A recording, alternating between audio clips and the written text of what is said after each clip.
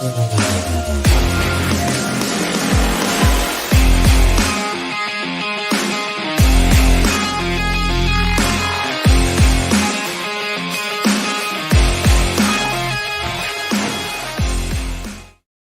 everyone, and welcome to the brand new episode of The Hot Mic, our regular slotted time, 4 p.m. PT on the Outlaw Nation channel here on a Thursday. Thank you so much for hanging out with us. We got a hell of a weekend lined up for ourselves, Jeff, for sure. We got some playoff football. There's some Royal Rumble action going on. There's a lot of stuff going on. Movies coming out, a lot of stuff going on in the world of entertainment as well. We're going to talk about it all here on The Hot Mic. I am the Outlaw John Rocha, joined as always by the man who's got all the scoops, being quoted all over town, being credited all over town. Jeff Sneider, how are you doing? I'm good, Johnny boy! Woohoo! What a week it's been. What a week it has been for sure. You were just on the big thing yesterday, I think. Yeah, breaking big news on Tenet coming back into theaters. We're definitely going to talk about that story. Other stories that you broke through the week as well. We'll be talking about that here on the show, but also other stuff that's been going on here in the world of entertainment as well. We're going to hit on those Barbie snubs, talk about Supergirl casting, some Sentry casting, Colman Domingo, who is taking the Chadwick Boseman route and playing every famous black person that Chadwick Boseman was unfortunately unable to play because of his passing. Colman Domingo seems to be stepping in and filling the void. We'll get into that as well. Also, the Vince McMahon news. We're not going to get too deep into that because that's would probably gross out a lot of you, but certainly we're going to talk about it as it pertains to the Netflix deal and what was recently signed there with the WWE for Raw. We'll talk Paramount and Skydance possibly merging. So much happening here that we're going to talk about on the show. So sit back, relax, you're in great hands. We're going to have some fun. Send in your Streamlabs and super chats as we go along. I see some already there in the chat, but the Streamlabs address right above Jeff's head's in the description of the video. It's also pinned in the chat there for you all to send stuff in as we go along. And I'll definitely we'll be reading them as we go along as well. Jeff, all right, we got 240 people joining us right off the bat. Please make sure you hit a like on the video. Subscribe to the channel right now. Subscribe to the channel. Leave a comment later if you're watching after we've gone live. Jeff, Barbie snubs. We got to start there. I know we talked a little bit about it. You certainly had a very famous rant 2 days ago about it, but we got to swing back around to it because it has gone nuclear. The amount of anger that is being spread all around town. Mary McNamara over there at the LA Times, Pulitzer Prize winning columnist, felt the need to write about Hillary Clinton, presidential candidate, Secretary of State, felt the need to comment. Billie Jean King commented on these snubs. Jeff, it's insane. It's maddening. It's crazy. Ryan Gosling, America Ferrera issued statements of support, but your thoughts about all this backlash to these Barbie snubs, man, and the reaction? I mean, I think when Hillary Clinton is weighing in on it, it's like ridiculous. I mean, it was so like pandering, I thought. It was just like trying to score points. I mean, I understand why Ryan Gosling had to release a statement like that, you know, because he's vying for something. But it's like, Hillary, you're not even running. Stay out of this. Okay, I guess if that's. But we had Hoda Kotb and Jenna Bush Hager on the Today Show. We're complaining about the snubs. This is Greta Gerwig for director and Margot Robbie for best actress, with Jenna Bush wondering how she'll explain to her daughters that Ken received a nomination while Barbie herself did not. Jeff, have we reached a point in our world where people will be unable to explain these snubs to their children and still be able to go on in the world? Talk to me about this. What is going on? I just don't see them as snubs necessarily. This is a Barbie movie. When this movie was put into production, did anybody think it was going to get a single Oscar nomination, let alone 8? Zero. I mean, that is certainly a testament to what Greta Gerwig did and accomplished on this movie. And again, like I've said, I've tracked this movie as long as anybody in the world. Yes. I know all the different iterations and permutations that you could have seen of this movie. Yeah. And this was the very best. And that really does speak to like what a great job Greta did on it. But there are a lot of great filmmakers who made a lot of great films this year. And I don't see who you take out. I mean, I would take out Jonathan Glazer for The Zone of Interest, sure. But you know, that's what happens when you invite a whole like European half of Europe to join the Academy. Basically, you start getting all these European filmmakers, and I don't think anybody can really be surprised. 93 countries voted. Representatives from 93 countries voted for these Oscars, as we stressed on Tuesday. But you had people, Whoopi Goldberg pushed back on this on The View. She said it's not the elites, it's the entire family of the Academy Awards who vote for Best Picture nominations. We all vote for Best Picture, everybody. There are no snubs. That's what you have to keep in mind. Not everybody gets a prize, and it is subjective. Movies are subjective. The movies you love may not be loved by the people who are voting. Dave Carter from TCM weighed in. TCM weighed in. They're never going to put Barbie on TCM, but he weighed in on it and said, it's definitely not a good look that the Academy members left out Greta Gerwig and Margot Robbie for directing and starring in a movie that's largely about how impressive women are often marginalized. But to balance this out, and this really needs to be stressed, because maybe there are some of you who are watching who are legitimately upset about these snubs. We want to respect that to a degree here. But this is among the history. This has been the most diverse cast of nominees ever for an Oscars, which is incredible. And they're 1/3 of the nominees across all categories this year are women, which is higher than any number from the last 3 years of the amount of women that have been nominated for an Oscar. So it just seems odd that there's these cries of sexism and misogyny and anti-feminism. It just is crazy to me. It's not very feminist to me, by the way, when it's like, you're a Barbie movie. You're supposed to be about uplifting other women, but you make the story all about you. And no one in the world suffers greater than the white woman, Yeah. This is what it is. It's white feminism, which is so frustrating to witness. Let me bring this up from the article here from Mary McNamara. This is a Pulitzer Prize winning columnist at the LA Times. Took time out. She didn't have one line to mention the 150 people who were let go by the LA Times, but she wrote in her column, if only Barbie had done a little time as a sex worker, or barely survived becoming the next victim in a mass murder plot, or stood accused of shoving Ken out of the dream house's top window, a shot she's taking there at Anatomy of a Fall and other movies. Certainly millions of Barbie fans are currently wishing they could push someone, perhaps a member or two of the Film Academy, out of a very high window. She is playfully suggesting that they should murder members of the Academy for not voting. And then she goes on to say in her column that it was a great year for film and all the nominees did tremendous work, which is a bit of backpedaling, and then said, but no director or actor faced the same degree of difficulty as Margot Robbie and Greta Gerwig in their film.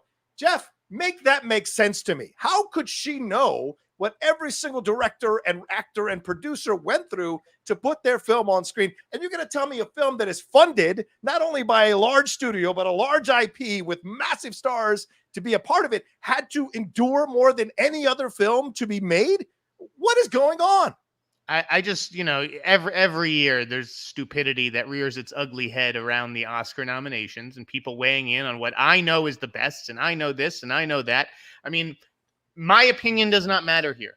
I just sit here trying to explain the opinions of the 11,000 people, whose opinions do matter. Right. And that's, so it's like they've spoken. They're the professionals. What are we arguing with them about?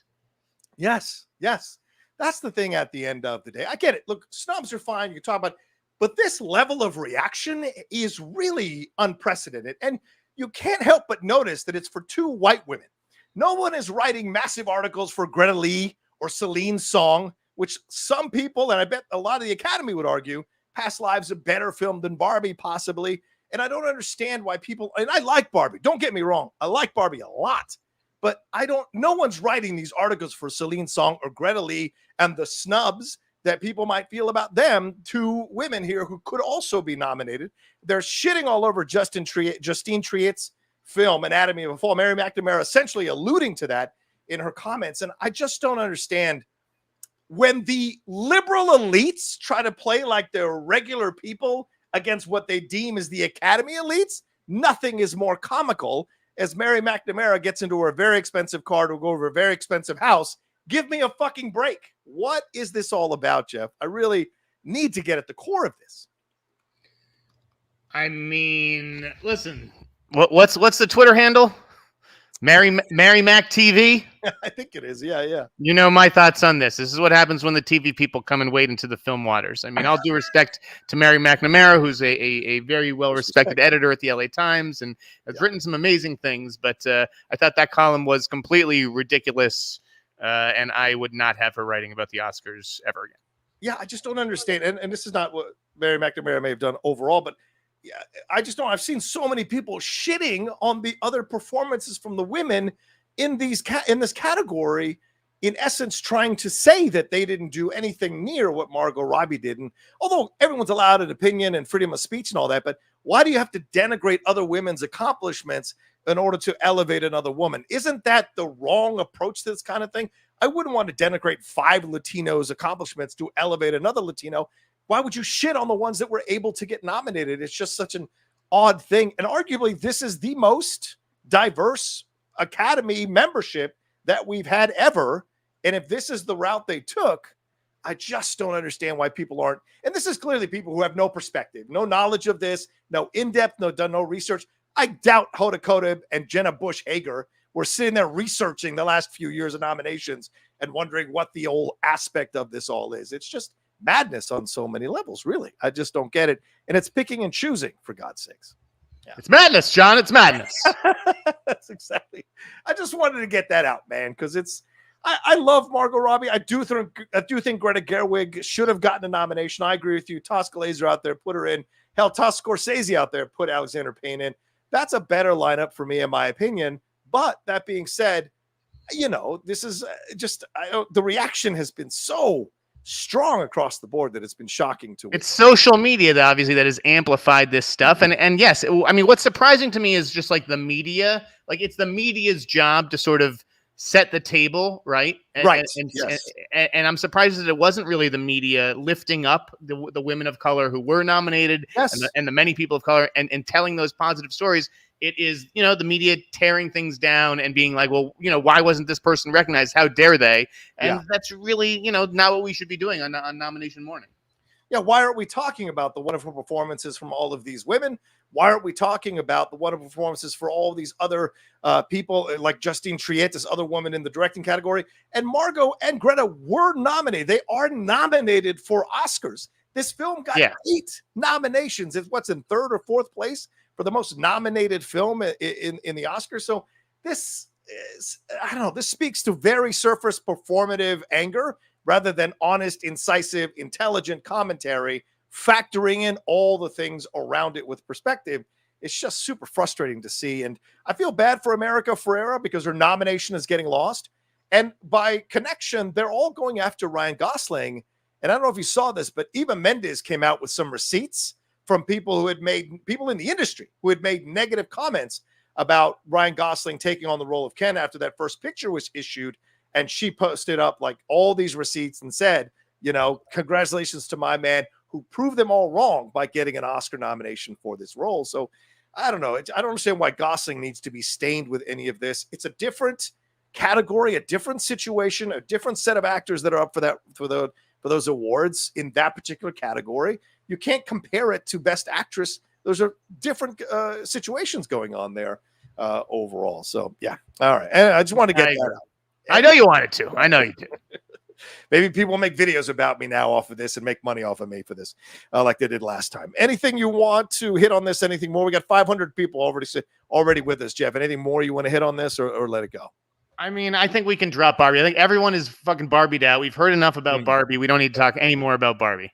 Is there anything else that stood out to you, that you wanted to still talk about the Oscars? About the Oscars overall? No, just what I said earlier. I'm really happy to see such a diverse collection of actors and creatives, rather, being nominated here. It shows that the campaign that they've been doing over the last few years, ever since the hashtag Oscar So White campaign, bringing in younger people, bringing in more people of color, bringing in more women, more Black people. You see the differences in these nominations and in these overall categories and awards and films being recognized for the Academy. So for me, when you put aside the Barbie stuff, I think this is a really great a collection of nominees overall. And I could only take a real legitimate quibble with just a couple. Being, for me, I've already said this on Tuesday, Across the Spider-Verse not getting nominated for Best Picture, which I think it should have, but that's my own quibble for that. And of course, France not nominating Anatomy of a Fall. Other than that, I really don't have much quibble looking across the board. I'm actually really excited to see the awards again because of the good number of nominees that they've got here, the good variety. Yeah. All right, here we go. That's what we wanted to hit on. Keep sending in your Streamlabs Super Chats, ladies and gentlemen. We'll talk about them on the other side of the break here. Jeff, we should talk your story that you broke yesterday with Let's do it. Tenet time, baby. Please take it away, my friend. What's this? What's going on here? I'll let you set it up. It's okay. All right. You got your story. All right. Christopher Nolan is reuniting with Warner Brothers for a theatrical re-release of the film Tenet. It will return to movie theaters on 70mm IMAX, which I think is the first time it will be seen in that level of IMAX, digital and 70mm film screens starting on February 23rd. So a little bit under a month from now. They will be held across the U.S. and in select international markets, and it's going to be accompanied by exclusive footage of Dune Part 2, which debuts a week later on March 1st, which is crazy to think about that we're like just a little bit over a month away from Dune 2. Nolan said, seeing the way audiences responded to our large format presentations of Oppenheimer, I'm thrilled that Warner Brothers is giving audiences a chance to see Tenet the way it's intended to be seen. Tenet underwhelmed at the box office when it came out during the pandemic with $365 million. It failed to break even. And then that caused the fracture here between Nolan and Warner Brothers, which sent him to Universal to do Oppenheimer, which of course has 13 Oscar nominations and made $1 billion. But he did say in an interview recently that the bad feelings with Warner are, quote, water under the bridge. So, Jeff, is this the first kind of big step towards the reunification of Nolan and Warner Brothers? I mean, that's how it certainly struck me. I don't see how, I mean, for all the spin out there, where, you know, like, I get it. He's a free agent. He can go anywhere. I mean, it's not like this is like, it's official. He's going back to Warner Brothers or anything like that. Yeah. Universal is going to do everything that they can to hang on to him. I don't know if he has his next thing ready. Someone has told me that they think that he does, but I just don't think, I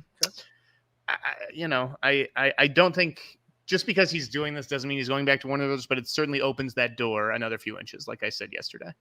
With the Warner Brothers situation, I mean, could they afford to bring Nolan back? There's so much unsteadiness there right now with the Paramount, with the Skydance situation. You said last week that DC is a mess. Like, does Nolan want to go back to Warner Brothers? Would he want to at this point with so much? What does he care? DC has nothing to do with him. Like, and instability is what I'm saying. And Zaslav getting shit for shuttering some of these movies. Is this a bad situation for him to go back now? No, but these are smart business decisions from Zaslav. Like, Christopher Nolan doesn't have to support them.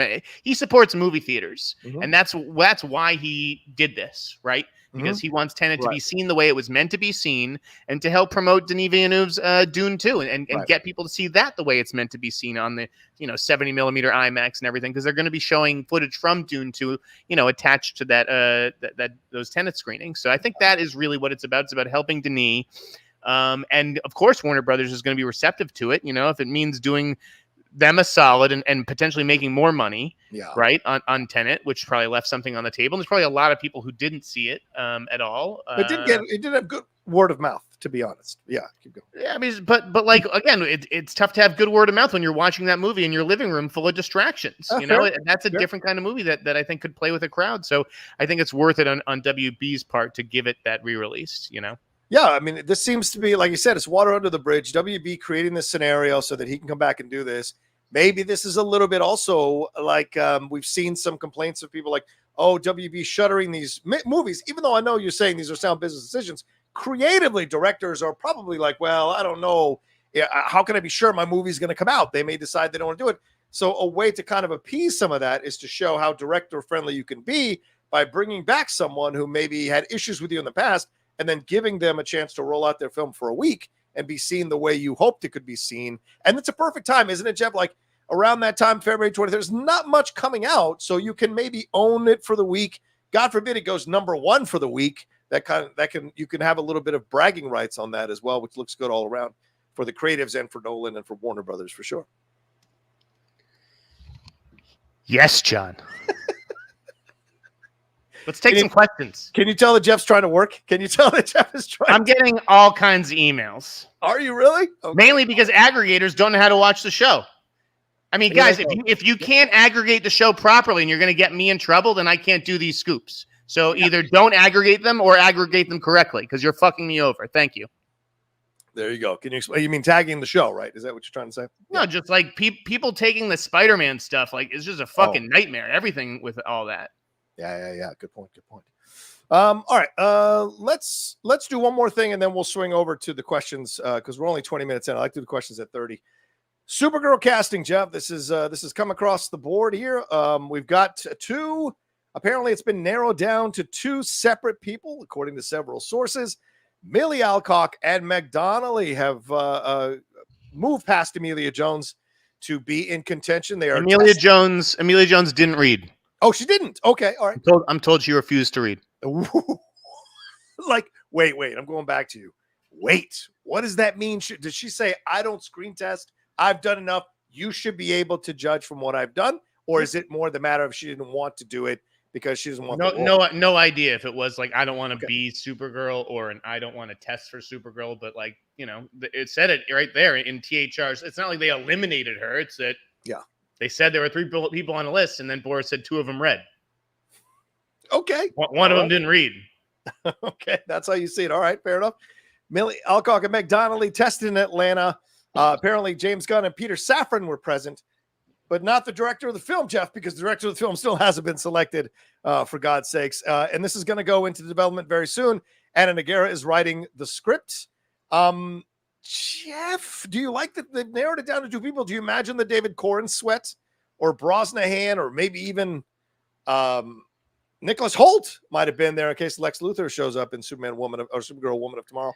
No, I'm not gonna speculate on who was there at the testing or at the read. I mean, this is like, I don't know if I've put this kind of pressure on the trades where now they have to update you where it goes from 4 to 3 to 2 to 1. Like, I'm sorry, but yeah, I didn't really think that was a wholly necessary story. I haven't written about it in the newsletter. Hasn't been in the newsletter.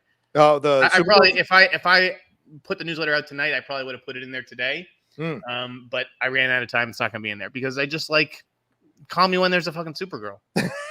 But what do you think about the choices? I mean, Millie. We talked about them already. I think it's going to be Millie Alcock. I think, you either know. I mean, you know what you have already with Meg Donnelly, don't you? So it's like you either want her or you don't. She's a beautiful girl. I didn't, she didn't look like, what I imagine most voice actors look like, John. No offense. How dare you? How fucking dare you, man? There's a lot of beautiful women who do voiceover. But I do feel like this is kind of the natural extension for like the star of a Game of Thrones. Mm-hmm. Maisie Williams, it wasn't really the kind of actress you could do that with. But Millie Alcock seems like it would be a smart move for WBD. I still think that Supergirl, whoever is directing this movie, whether James knows now or not, should be weighing in on this. Yeah, 100%. I'm surprised there isn't something going on yet for that. So, yeah, interesting. All right, and another bit of superhero casting, and then we'll go to take a break here. Sentry, this is apparently in motion. Oh, wow, those are terrible pictures. Can you tell I was in another place when I made that? According to Daniel Rickman and RDCU Leaks, Lewis Pullman from Top Gun Maverick, some of you remember him as Bob, has the, quote, current offer to suit up as the Sentry. Pullman was also in Bad Times at the El Royale, The Strangers, Pray at Night, Lessons in Chemistry, which is the recent one with Brie Larson. And he will also play the lead in the remake of Stephen King's Salem's Lot.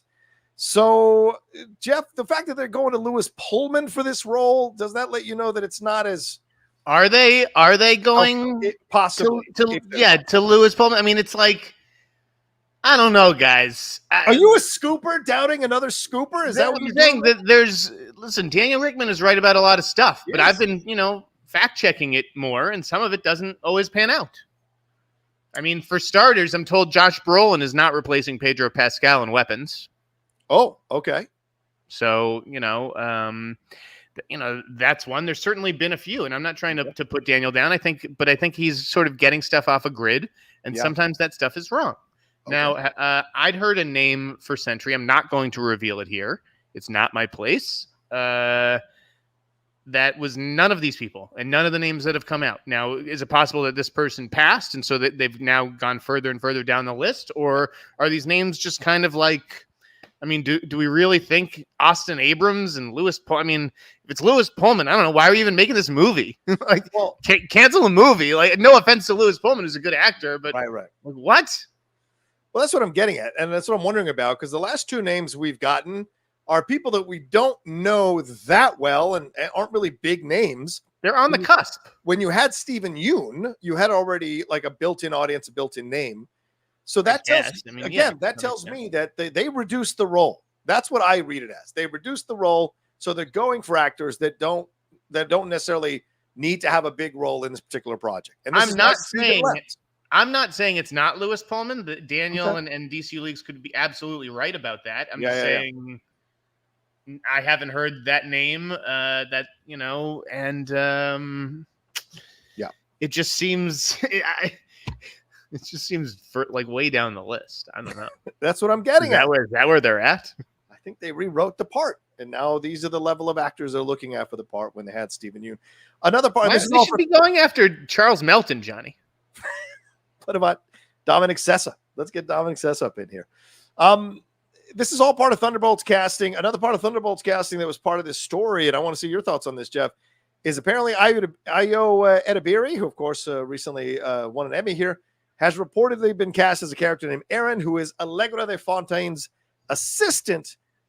I mean, does Ayo Edebiri need to be Julia Louis-Dreyfus's assistant in the situation? I don't know where we're going. That sounds amazing. I mean, that's a great position for her, I think, because she's the greatest comedic actress of all time, in my opinion. Julia Louis-Dreyfus. Yeah, that's right. Wow. In fact, I wrote about the newsletter. It's going to be out in the middle of the show. Julia Louis-Dreyfus is probably the actress that I have watched more than anyone else on the planet. When I really break down how much time I spend watching Seinfeld, I don't think there's another actress I've spent more time watching. And if I'm Ayo Edebiri, I want to learn from her. I'm down to like shadow her for a couple months on the set of some Marvel movie and make a few like fun quips for, a lot of money probably in between doing serious work on the Bear. Yeah, I guess you're right. I just see Ayo as one of these up and coming people that is winning awards already and should be getting higher status roles, in my opinion. So that's kind of how I look at it. But I'm not her agent, not her manager. Just my opinion on it overall. I guess this film is still happening because they're looking for other actors to play the counter force for this. So this apparently is still going to happen. So we'll see on this with Jake Schreier. I love how we have people in the comments going, even Julia Louis-Dreyfus's SNL run. Guys, this is an actress who's won Emmys for 3 different shows where she was the lead. 3, not 2, 3. No. Ensemble lead in Seinfeld, but yes, for Veep and ensemble lead, dude. She's the fucking female lead of Seinfeld. Female lead of Seinfeld. That's a okay, fine. Seinfeld, Veep, New Adventures of Old Christine. It wasn't fucking called Elaine. You know that, right? So she's part of the 4 leads. Okay, Elaine is the glue. Christine was great. New Adventures of Old Christine is great. If you guys haven't watched that sitcom, and that ran for like 4 or 5 seasons. If you guys haven't watched that, that is an excellent, excellent show. And Veep, of course, is an all-timer, a fucking all-timer. And she's genius. And she has a new trailer out. If you guys haven't seen the new trailer for Julia Louis-Dreyfus' movie, it's pretty harrowing, honestly. So, all right. Well, let's take a quick break here as we're almost at the 30-minute mark. And on the other side, we'll answer some Streamlabs and Super Chats so Jeff can get some emails done. And we'll be right back right after this.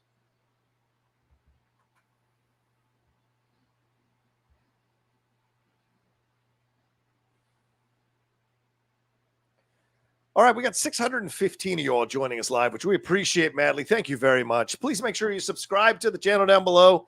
Jeff and I are coming to you twice a week now with these stories and these rumors and scoops and commentary on all the big stories going on in the world of entertainment. Please make sure you hit a like on this video, share it on your social media, but most of all, subscribe and hit that bell button so you see when we're dropping these shows here on the Hot Mic and other shows here on the Outlaw Nation. And keep sending in your Streamlabs and Super Chats as we go along. And also, subscribe to Jeff's newsletter. Jeff, tell them where they can subscribe to your newsletter, brother. TheInSnyder.com. There you go. Go find all the stuff. All right. Joe Fayette says, the people mad need to direct their anger towards Greta, Noah, and Margot for making a movie where Ken is better than Barbie. And Joe says, I hated Barbie, by the way. I mean, that's a fair assessment. They wrote a really great Ken role. That's the most mind-boggling shit of all to me. It's like you actually have people who think that Margot was better than Ryan. Yeah. She wasn't. He blew everyone out of the water in that movie. She was good. She was very good. Sure. But fucking Barbie better than Ken in that movie? You'd have to be insane to have this opinion. Yeah, I kind of have to agree. They wrote a great Ken storyline. Gosling knocked it out of the park. Robbie had some great acting moments. Not going to deny you. But the arc for Ken was much stronger than the arc for Barbie. Because I think that's the thing about Gerwig and Baumbach essentially made Ken the woman of the movie by making him a second-class citizen to show how women feel like second-class citizens in the world. So inadvertently, they made him, in essence, the second star of the movie, and I saw second lead of the movie. And I saw some people complaining that went down and complaining that people were liking Ken more than Barbie and saying it was sexist to like Ken more than Barbie. And it's just madness, man. Utter madness. So, nope.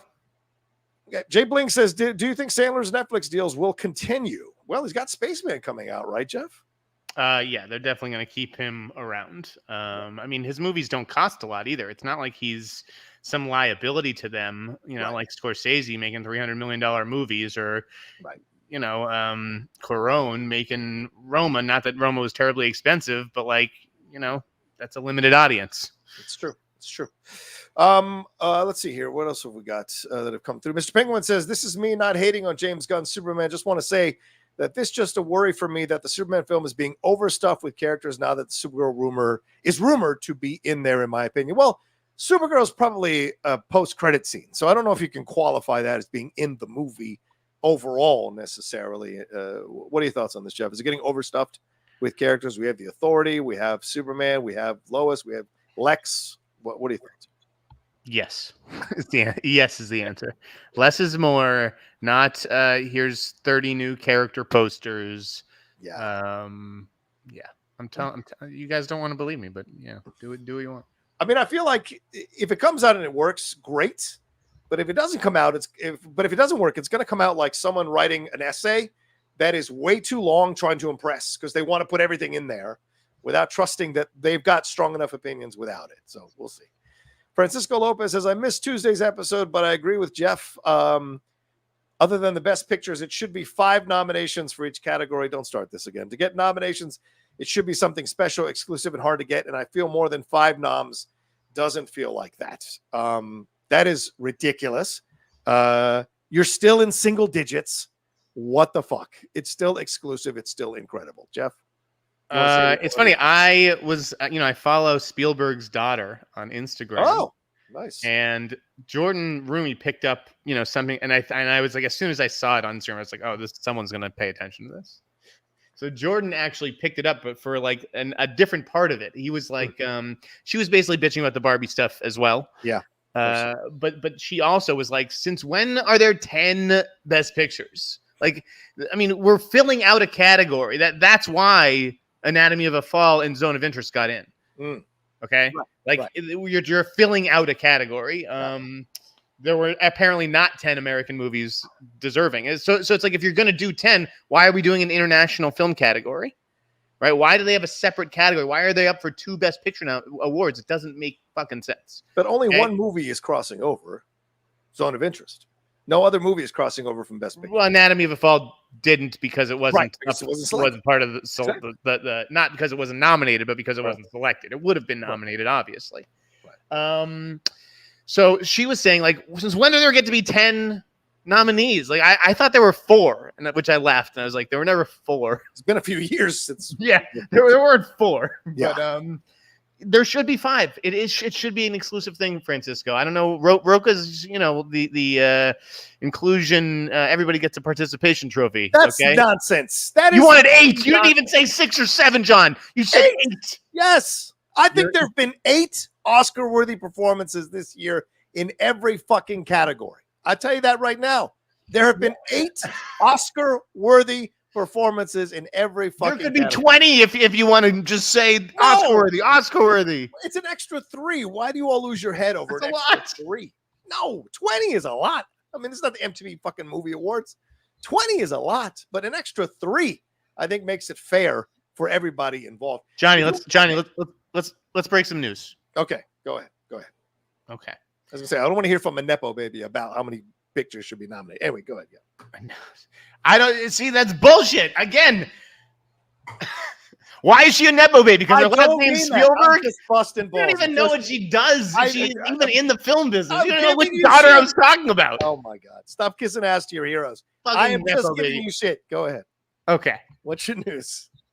So wait, do you have the art ready? Yes. Don't bring it up just yet. Yeah. Don't bring it up just yet. Go ahead. We'll lead into it. Get the art ready. It's already lined up. Okay. Okay. Here we go.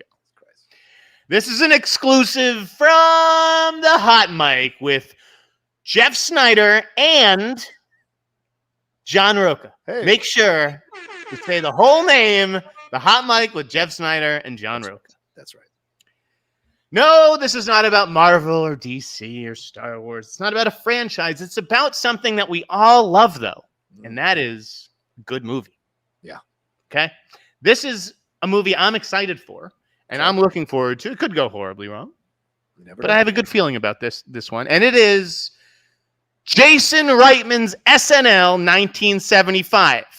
Last week, we saw that Gabriel LaBelle from The Fabelmans was cast as Lorne Michaels. Cooper Hoffman was cast as Dick Ebersol, the NBC executive who put SNL on the air. Yep. And Rachel Sennett from The Idol, from Shiva Baby and Bottoms. She's going to play Rosie Schuster, who is a writer on SNL who married Lorne Michaels. We now have another bit of casting, as we can exclusively report. Okay. That Dickinson actress and Anna and the Apocalypse star Ella Hunt is in negotiations to play Gilda Radner. There you go. In the SNL movie. Wow. Ella Hunt is in negotiations to play Gilda Radner. And this is a big deal because this is, Gilda Radner's like, the first lady of comedy practically. Oh, you just said that Julia Louis-Dreyfus was better than anyone who's ever done, any female who's ever done comedy. So don't be trying to kiss her ass. SNL's not, I didn't watch SNL in 1975. I wasn't born, John. You were born in 1975. Don't listen. You were alive and you don't know when I was born. Shut your mouth. Go ahead. Keep okay. going. Yes, Julia Louis is my queen, but Gilda is the queen to many as well. I'm sure that Julia would call Gilda the queen. Yes, I think so. Yeah. Right? Yeah. So this is a big deal. And Ella Hunt, maybe not a huge name, but got great reviews for Anna and the Apocalypse. I didn't watch Dickinson, but people seem to really love that show. What do we think, John? What do you think? Yeah, I didn't watch Dickinson either. That's the one with Haley Steinfeld, but I loved her in Anna and the Apocalypse. I like the look. You're not going to get the perfect look for Gilda Radner necessarily. You get someone like Ella Hunt here who's going to be interesting. And look, I think this is a great choice. And I think this tells me that the Gilda Radner role is going to be a big role in the movie when you cast someone like this who's been a lead in a film, a number of films, who's been a part of a number of projects here, is building up with the attention she's getting for her work. She's a singer as well. And so I'm very curious to see how big the Gilda Radner role is going to be in the movie. So I like the idea of casting her, and I think it works so well because people loved Gilda, and it was a fantastic documentary that came out, I think, like 4 years ago, right as we were going into COVID. An incredible documentary came out on Gilda Radner. If you guys haven't watched that, it is a great way to get yourself reacquainted with one of the best women to ever do comedy in the world. And she was married to Gene Wilder all the way up until her unfortunate passing from cancer. So a woman who is very talented all around and was beloved by so many people. And I like Ella's energy. It's a good choice. What about you? Again, I don't know who she had to beat out necessarily for this role, but I do think that she's a rising star. And listen, Reitman is putting together an interesting young cast here. I mean, these aren't like, it's not the Jacob Elordi, Tom Holland, Zendaya level of actor, but Cooper Hoffman was great in Licorice Pizza. I thought he was fantastic in that PTA movie. Sure. Gabe LaBelle, was great as Spielberg. These guys worked for fucking Spielberg and PTA. Yeah. So, I got a pretty good feeling about what they're going to bring to the table. And I look forward to seeing who is cast as the rest of the primetime players. Who's going to play Aykroyd and who's going to play Chevy Chase and Belushi and all these kind of guys. I think it'll be interesting. And do you think they're going to dive into all the stuff that went on with these guys? And look, what's interesting too is it broke earlier this week that Garrett Morris is going to be getting a star on the Hollywood Walk of Fame. Way overdue, well deserved to get Garrett Morris, one of the first Black comedic actors on screen, on TV. This is the cast of the 1975. This is who was in SNL in 1975. I see some of you going, is Chris Farley in this? What the fuck is wrong with you? It's 1975, for God's sakes. That is Gilda Radner. That is Jane Curtin. That is Dan Aykroyd, Garrett Morris, John Belushi, Chevy Chase, and Lorraine Newman. An incredible collection of actors. And there were quite a number of people who were involved around that time as well. I think Robert Klein, I think obviously Lorne Michaels, Paul Simon was a big part of SNL at the beginning. The Muppets were a part of SNL at the beginning, which were a much more dirtier version of the Muppets. Andy Kaufman had a part in SNL as well. There's a lot of talented people who were a part of SNL. So I'm curious to see who's going to be cast in the roles and if they're going to appear in this version of SNL. So it's fantastic. And yeah, if you haven't read the book on SNL, oh God, I can't remember the author. He also wrote the ESPN book, an incredible first-person account of that time in 1975. It is just an incredibly incisive book on what happened there, getting it from the horse's mouth of all the people who were there at the time. So yeah, big stuff, big stuff. What do you got there, Jeff? Anything else? No, I'm looking at the microphone. People say I'm too loud, you're too soft. I don't understand microphones, guys. I just talk at a level I think I should talk at. Oh, are people saying I'm too soft on the mic? Oh my God. Yeah.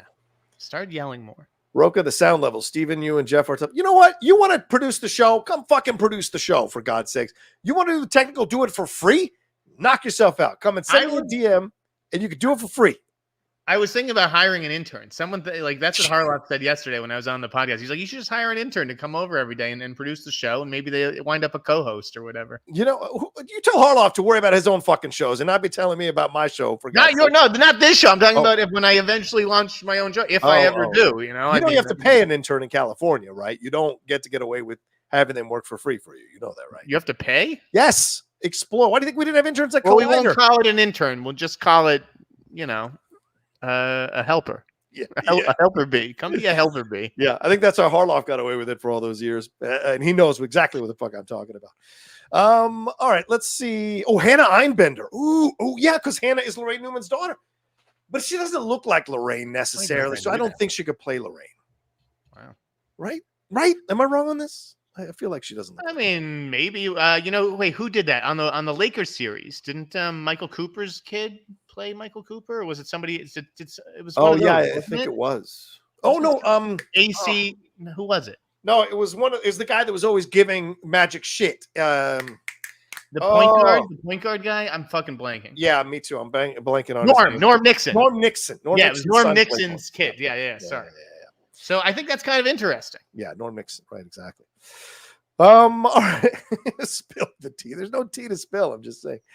All right. So anything more to say on this, or shall we move on?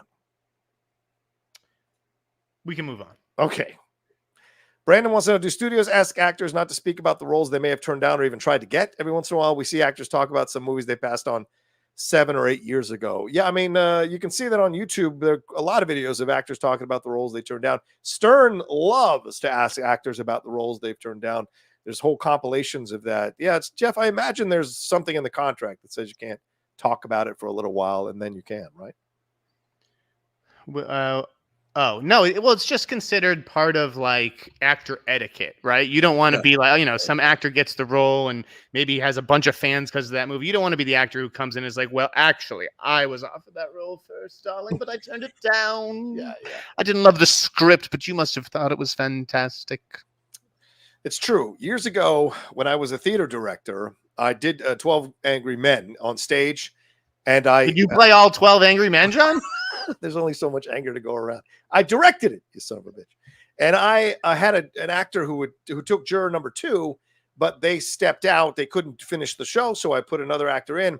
And I was trying to be positive, saying like, hey, it's great that this person was able to step in and take the role. And that actor said, please don't broadcast that I was your second choice for the role. And I was like, you know what? Hadn't even thought of that. I totally understand. Actors don't want to be seen by other actors being upstaged or being seen as the other choice. So it's true. They don't want to have that out there for a while, the studios, in all of this. Mitch Jensen says, is McNamara insane? Going back to Mary McNamara's column in the LA Times on Barbie, she literally minimizes Native American genocide in her article in favor of a damn doll. It's insensitive, irresponsible, and downright disgusting.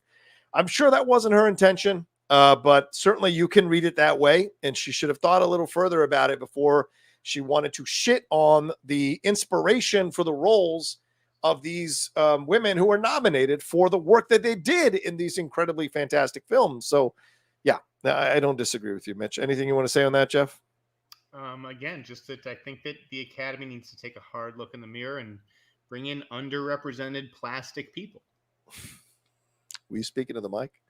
I'm like 6 inches from the mic. How do I need to deep throat the fucking mic? Do you see where the fucking mic is? Do you see where the fucking mic is? Why can't microphones pick things like this? No. Is too far? Yes. You've never done voiceover. You know when you do voiceover? 3 fingers between you and the mic so that you can get the best sound out of the mic. I'm gonna hold it right here. Yeah, what you need is a stand, for God's sakes. And what's a stand gonna do? A stand is just gonna. Do you see this? This is a fucking stand. You see what this is on? A fucking stand. I got hands. Yeah, but your hands aren't strong enough to hold a mic for an hour and a half. Anyway, Ross_Alhim says Daniel RPK says Lewis Pullman has a current offer for Sentry. WRL, I loved him in Bad Times LRL. We already talked about that, Roz, so thank you very much for sending stuff in. He's a good actor, but yeah, not a movie star. I mean, isn't that like a kind of star part? Yeah. Chris Hall says, do you think Spider-Verse should win, I guess, the best animated category? I think the boy in the heron is going to win, but I think Spider-Verse should win. Yeah. I think it's going to win too. It's tough, and I realize that Spider-Man was a satisfying movie. It is very satisfying. It was really good. Yeah. But it's not a complete story. Yeah, right. That may be the excuse people use. Plus, this is the final Miyazaki film. That is tough to overlook. I don't know. We'll see about that too. I mean, how many times you see the final? I went to the final LCD sound system concert 17 times. Yeah, exactly. Yeah, how many times have the Eagles retired? Jay Bling says, Jeff, you said the new erotic thriller from Amazon with Diego Boneta is not what you had in mind. What did you have in mind? Give us your pitch. Ooh, Jeff, did you have a pitch for this film? It's not that I have a pitch. I mean, first of all, it was the log line itself is unclear because he's playing like a con man, right? Mm-hmm, he's playing like this beautiful, con man or whatever who targets women, and he's about to get out of the game, but then he crosses paths with a woman and it makes him stay in the game. So it's like, is it because he falls for this woman and he cares about, or is it like he hates her and he's like, I have to do one more con before I retire? So I didn't literally understand it as an erotic thriller, even from that point of view. But I'm just going to be honest, like, when I'm talking about erotic thrillers, I don't know. I'm talking about actresses that you kind of want to see naked. No one, I don't know who that actress is. It's a Spanish. It's probably like a Spanish language thriller. I don't even know if it's in English. Yeah. It's the first production from Diego Boneta's production company, which I think is cool and everything. But like, again, is he really like a big star who's going to get women to tune in on a Friday night? That's what you want. You want a fucking date movie that your girlfriend's going to be like, hey, let's watch this movie on Amazon tonight. Right. I don't think it's this movie. So it's not what I had in mind. Sorry. I think it's the guy you got to worry about taking his clothes off and looking good more than the woman, brother. I think that's the truth more than anything else. Yeah. I mean, of course, I think erotic thrillers to both genders, but like it's people who you want to see bang on screen, and I don't think anybody really knows who these two are. And all due respect to Diego Boneta, who's I know is a big star in Mexico, I don't think he's a huge star here. I think Ronnie B. Good nails it. Jeff, she doesn't give Jeff a Boneta. There you go. That's she is. Jesus Christ. Jeff, just go to my studio and set the whole fucking thing on fire. Jesus Christ. All right. Anyway, let's hit another thing. This is a Streamlab that came through, and I'm going to use it as a springboard for something else we can talk about here. Mike McKenzie says, awesome job on the scoop on The Last of Us Season 2 director scoop. Jeff, what are your thoughts on these directors for the next season of The Last of Us? Yeah, this was, you broke the Kate Herron news here, but we also have more news that Mark Malad, who recently did Succession, will be jumping on board to be one of the directors. Nina Lopez Corrado, who did Perry Mason, I love that series, and Stephen Williams will join Kate Herron, as well as returning directors Peter Hoare and the executive producers here, Craig Mazin and Neil Druckmann, to direct some of the episodes here for The Last of Us. What are your thoughts on this lineup of directors, man? This is a fucking heavyweight lineup for TV to direct these episodes. What are your thoughts? I mean, I think it's becoming more and more of like a prestige thing to direct these big series that can get Emmy nominations and stuff for directing. I'm not familiar with I watched the first season of Perry Mason. I don't know if that director directed on the second season, but I think Stephen Williams is a great hire from Watchmen. Yes. And Mark Mylod, who has been he's a veteran TV director at HBO. I mean, Succession, Entourage, and he did The Menu. Right. You know, so I think this is a solid squad that Craig and Neil put together, and I'm sure they'll each handle an episode as well. And Peter will handle an episode or two. I don't know how many episodes there are going to be. How many were there in the first season, John? 10. There were 10 episodes in the first season. Okay. And Nina Lopez directed on the second season of Perry Mason, which I enjoyed. I really liked the second season more than the first, and so I like that she's a part of this as well. But yeah, I mean, doesn't this feel like we're getting like the level of prestige here, Jeff? Doesn't this kind of signal that they see this show as now a prestigious show that should attract these kinds of directors to be a part of it? Look at everything that's gone. Yeah. Succession gone. True. Ted Lasso, Barry. What was the other big Emmy show that Succession was up against? Sorry, there was 9 episodes last season. Do you think it was the last? Was it just The Last of Us? Succession? Oh yeah, Last of Us. Yeah. Those are the shows. I mean, Ted wouldn't be up for it because Ted's a comedy. I just feel like The Last of Us could end up being, HBO's big Emmy pony, even more so than Game of Thrones. And so I'm not surprised that they went out and got top tier directors for this. Yeah. Right. Better Call Saul is gone. It's a good combination too. You've got women directors, you've got directors of color, you've got male directors. So it's a good combination of directors for this situation here. I mean, you're looking at the drama series. Are we going to get a Severance season 2, Jeff? Is that ever going to come? Yes. I mean, yes, that should be ready later this year. Okay. Just like Squid Game is also going to be ready later this year. Yeah. White Lotus, that was the other one that was nominated in that category. I told you, it's just like the show that I'm not sure, and maybe I'm wrong. I could be wrong because one person said that they heard that they were looking for directors, but like, I just want to know about Poker Face season 2 because it was just announced today that Knives Out 3 is going to go later this year. Yeah. So it's like, is Poker Face 2 coming back? Is that going to wait until Ryan is done with Knives Out 3, which would not, like it could be a while until we see season 2 of that show. I don't know. Good question. Geeky Lawyer wants to know, one of my favorite shows on YouTube is The Hot Mic. Thank you, Geeky Lawyer. It says, who would be some of your dream hosts for the Oscars? Your choices may be living or dead. All right, Jeff. Well, what are your thoughts on this one? Dream host. I mean, I just want think of SNL hosts. I think Justin Timberlake would do a good job hosting the Oscars.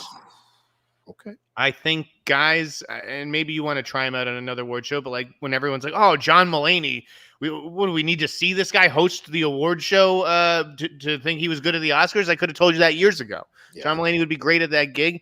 Frankly, I'd like to see Shane Gillis take a shot, but he may be a little too spicy for the Oscars. I don't know if you could put him on ABC. But this is a guy with the biggest podcast on Patreon. I mean, he's not an unknown anymore. Right. I think he probably would not be the right fit for the Academy, but Mulaney would be great.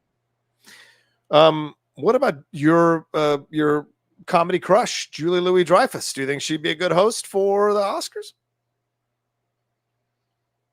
Yeah, maybe. Yeah.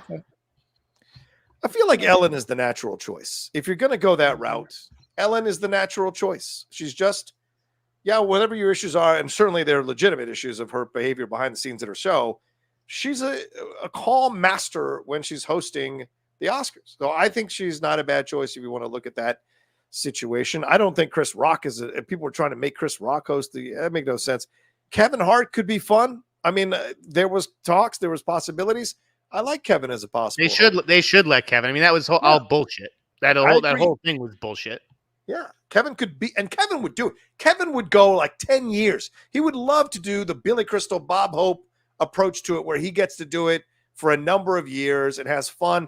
He loves to entertain people. He does 45 fucking shows. So clearly he likes the stroke of performing in different formats. So why not let him host the Oscars? It makes all the sense in the world, to be honest with you. Cat Williams. Hey, honestly, AO could be good. Who? AO. Oh, interesting. Okay. A few years away. She's maybe got to grow into it a little bit. I do like the Eddie suggestion. Oh, But- fuck. I wish that had happened, man. Some of these people are too old, though. Yeah. Well, you're supposed to be old as an Oscars host, man. You're supposed to feel like. But I think that they Solid. need someone young to get younger people invested, a little bit more. Not like let's, bring out Olivia Rodrigo to host the Oscars. I'm not saying that. But like, yeah, Timberlake probably appeals to younger people more than like a Julia Louis-Dreyfus who's 63 years old. What about Ferrell? What do you think about Will Ferrell? I think that would be great. Him and Kristen Wiig hosting the Oscars would be a blast, don't you think? Of course, yes. Yeah. I do think that they have to look at that NBC pipeline, and unfortunately, the show is on ABC, and that's the pipeline that they look to. Is Yeah. It's weird. Tom Hanks, I think would be excellent hosting the show. I'll be honest with you. He's done a number of SNL hosting gigs. I'm good. Okay, fine. All right, let's move on to a couple of other stories before we hit another break here. Colman Domingo, as I mentioned earlier, Jeff, Colman Domingo is now playing two famous African-American people in entertainment. He is going to be playing Joe Jackson in the Antoine Fuqua-directed biopic on Michael Jackson. This comes on the heels of Jackson's real-life nephew, Jafar, who is Jermaine Jackson's son, who is going to be playing Michael Jackson in the film here. And he said, I'm excited to be part of a film that explores both the complicated soul of the legendary Michael Jackson as well as his impact on music and culture as a global icon. And he's not done yet. Colman Domingo will also be starring as the legendary singer Nat King Cole in a movie musical from a script he co-wrote. And this is from Variety. I think Clayton broke this one day. He says, I've been working on it quietly for a few years. It's something I'm looking forward to putting together with some great partners. And a few years ago, he wrote a play about Nat King Cole that focused on the 1957 Christmas special that he did as the first African-American to host a network program. So, Jeff, your thoughts on this? Two different kids. This feels like Chadwick Boseman playing these historical characters from Black history. Do you like the Colman Domingos kind of stepping into this slot here and doing this for two completely different figures? If you're Variety, John, what's the head? If you had a paper still, what's the headline on this story? On both of these stories, or just this, the Nat King Cole story? Nat King Cole. Nat King Colman Domingo. Yes, Nat King Coleman, baby. Yeah, I think it. It's funny because Lily Gladstone also announced her new movie today. Oh yes, you want to talk about that? What's the Memory Police. So I just thought it's like these nominees are striking while the iron's hot, and I think it's smart of these producers to get in business with these people. Yeah, not that Colman Domingo is going to win, but like if Lily Gladstone wins, her fee will go up. Yes. Might as well get a piece now, and smart of her to jump on that project because it sounded really good. But Nat King Cole.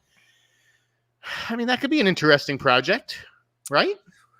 Yeah, I mean, the Fuqua one's going to happen. Do you think the Nat King Cole one is going to happen? I mean, Colman is now coming into the writing aspect. It could take some time. A lot of these kinds of biopics are announced, and then it takes years to get the financing and everything like that. Yeah. You know what I'm thinking of? And this one.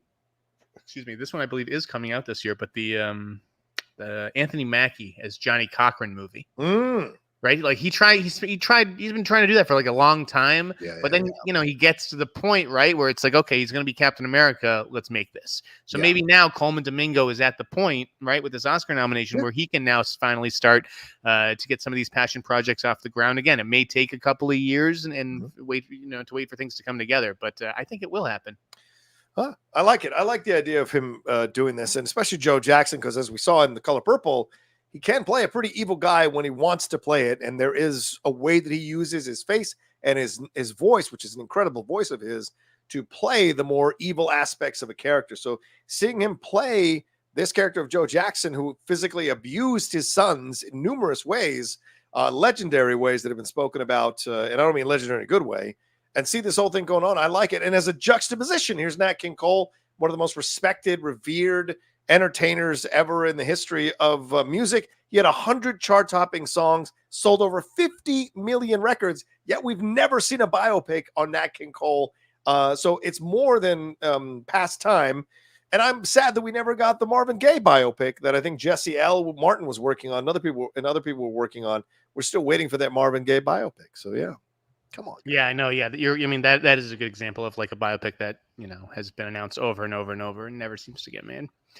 Yeah. But the Michael Jackson thing, I think that could be like another Oscar nomination for him. That could be like a great supporting role. Yeah. Because wasn't Lawrence Fishburne nominated for What's Love Got to Do with It as Ike? I imagine so. Yeah.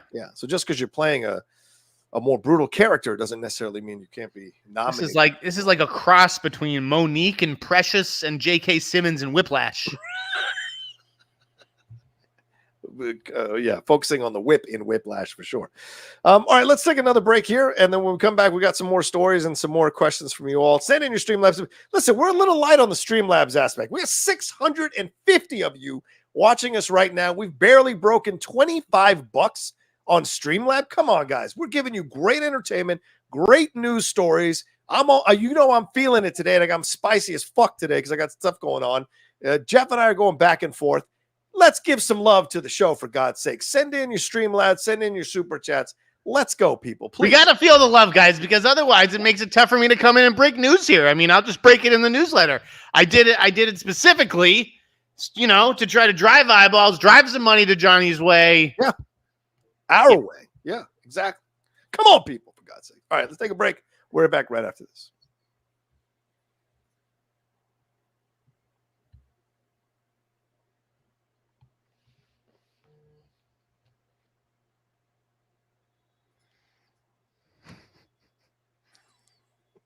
Louis Pullman has been confirmed. So hat tip to Daniel Rickman and DCU Leaks.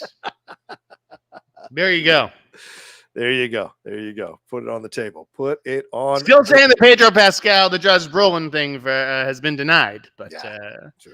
This is one that they were correct about. So let me read the Hollywood Reporter story here. Here's Dinah Guy saying, "Stop begging." Hey, Dinah Guy, stop fucking watching. How about that? Get the fuck out of here. Louis Pullman. Slot. Go ahead. Yeah. They're saying that he is the top choice and has an offer. Okay, so it's not even like he's been cast or is in talks or negotiations. They are just repeating the offer bit.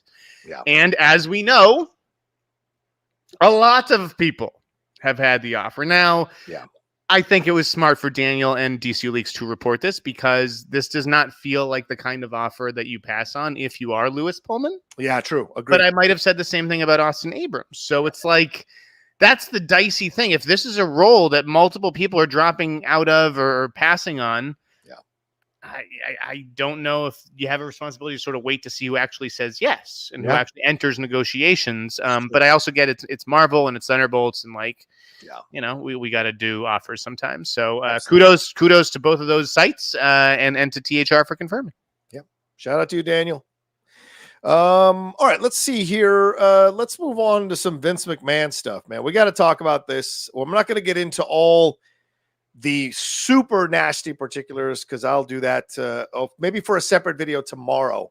I will do that with my wrestling people. But Vince McMahon here is the subject of a new lawsuit from his former WWE employee Janelle Grant. She filed a lawsuit in U.S. District Court for the District of Connecticut Thursday, naming Vince McMahon, WWE, and former head of talent relations John Laurinaitis. You guys know who know.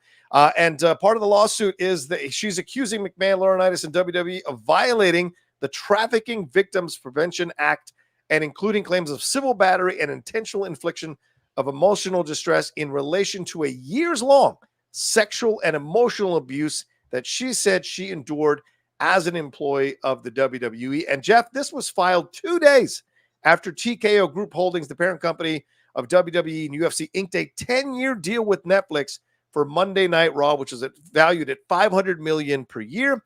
Reps for Netflix, TKO and Endeavor did not respond to the lawsuit yet. McMahon responded to the lawsuit and said that it is replete with lies, obscene made-up instances that never occurred, and a vindictive distortion of the truth. He will vigorously defend himself. And he said that Mr. McMahon does not, the TKO spokesperson did respond eventually this afternoon and said Mr. McMahon does not control TKO, nor does he oversee the day-to-day operations of WWE. While this matter predates our TKO executive team's tenure at the company, we take Ms. Grant's horrific allegations very seriously and are addressing the matter internally. Jeff, some of the allegations, and this from WrestleOps at WrestleOps, they posted some of the text messages from Vince McMahon. They are horrific to listen to read.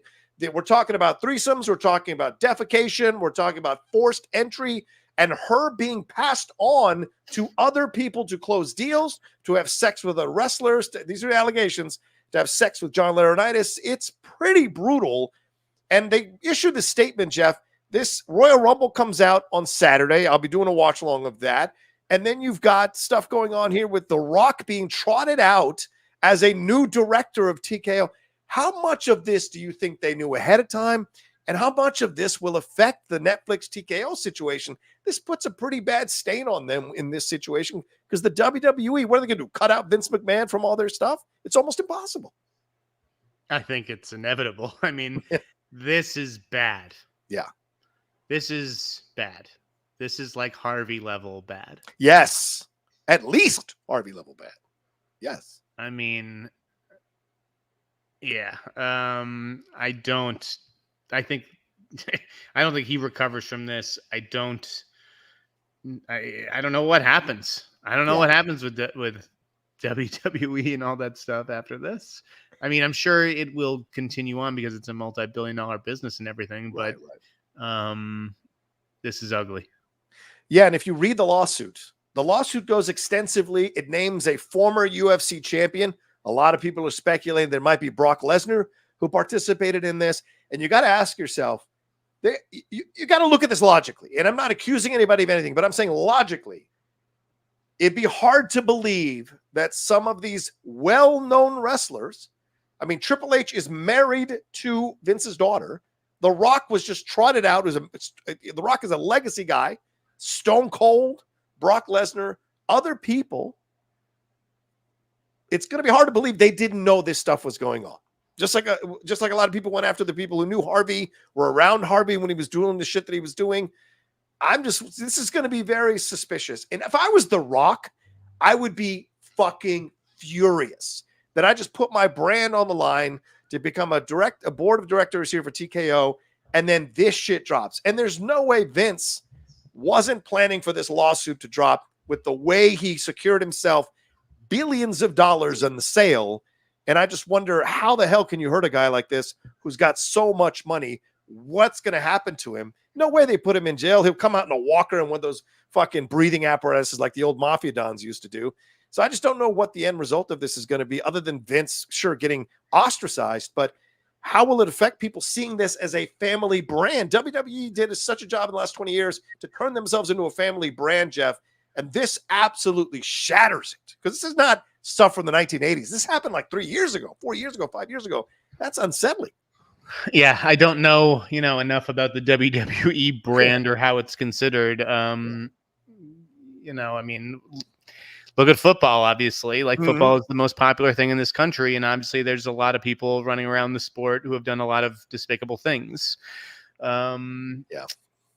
Do you think Netflix gets out of the contract, or do you think they're stuck here? I don't know how you do. I mean, unless there's some sort of morals clause, but it's true. Like, is Vince even part of it anymore? Or, is he legally sort of distanced and 5 layers removed kind of thing? Well, it wasn't. It was like a year ago that Ari Emanuel, when they locked down the deal with WWE being sold to Endeavor, went on CNBC with Vince McMahon and said, I tackled Vince when he thought about leaving us.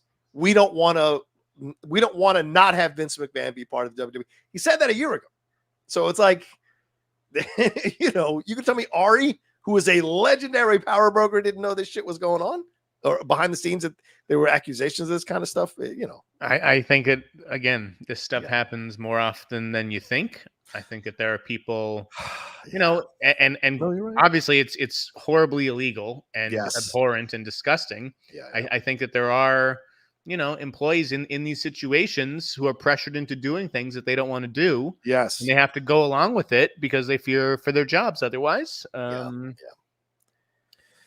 Yeah, and apparently Vince's wife found out about it and tried to get her to be quiet by signing an NDA. And this person, General Grant's trying to get out of the NDA so that she can speak more openly without being sued about what she endured and what she encountered. And I saw some people saying, well, one of the responses, she seemed really to be into it. Man, fucking study the dynamics of men in power, abusing people under them, male or female, and making them do things they don't want to do because they're scared to lose their jobs. They need that money. There's all kinds of psychosexual stuff that goes on in the mind. There's all grooming. Go and look at it all. It isn't just because she responded positively that she didn't also feel incredibly trapped to do these kinds of things. And I'm not trying to kink shame Vince McMahon is per buddies or whatever. But you can't do that with an employee. Yes. Get a sex worker, get a woman who consents to that activity and wants to be in the middle of something like that. And those women are out there. But yeah, you can't do that stuff with an employee. And I can't believe that they thought that they would get away with it or that she wouldn't come forward one day. In this environment, people with the text messages too and everything. The text messages. You're just handing this woman evidence. It's wild. The text messages are horrific. If you guys haven't read them, horrific. I mean, I had to take a you're like A-grade smut. Vince McMahon could get a job writing for a dirty magazine. It was pretty fucking out there. Rich people, man. The people who shouldn't have money are rich people. Honestly, you're all fucking insane, man. You're all fucking insane. That's what happens. You get so rich and you just need more and more. It's not enough to have one affair. You need to have multiple affairs, whether you're Tiger Woods or you just need more intense, whatever it is. Let me tell you something. You give me $1 billion, I'm just going to hang out. I'm just going to hang out and enjoy my life and not do any of that nonsense. So someone want to give me $1 billion, I'll show you. All right, let's move on to a Paramount and Skydance merger. And yeah, we'll keep tabs on that. And I am going to watch Royal Rumble, do a watch along tomorrow night or Saturday night because of I love it. Yeah, Vince is not involved. Terrible. But I am going to watch Royal Rumble tomorrow night.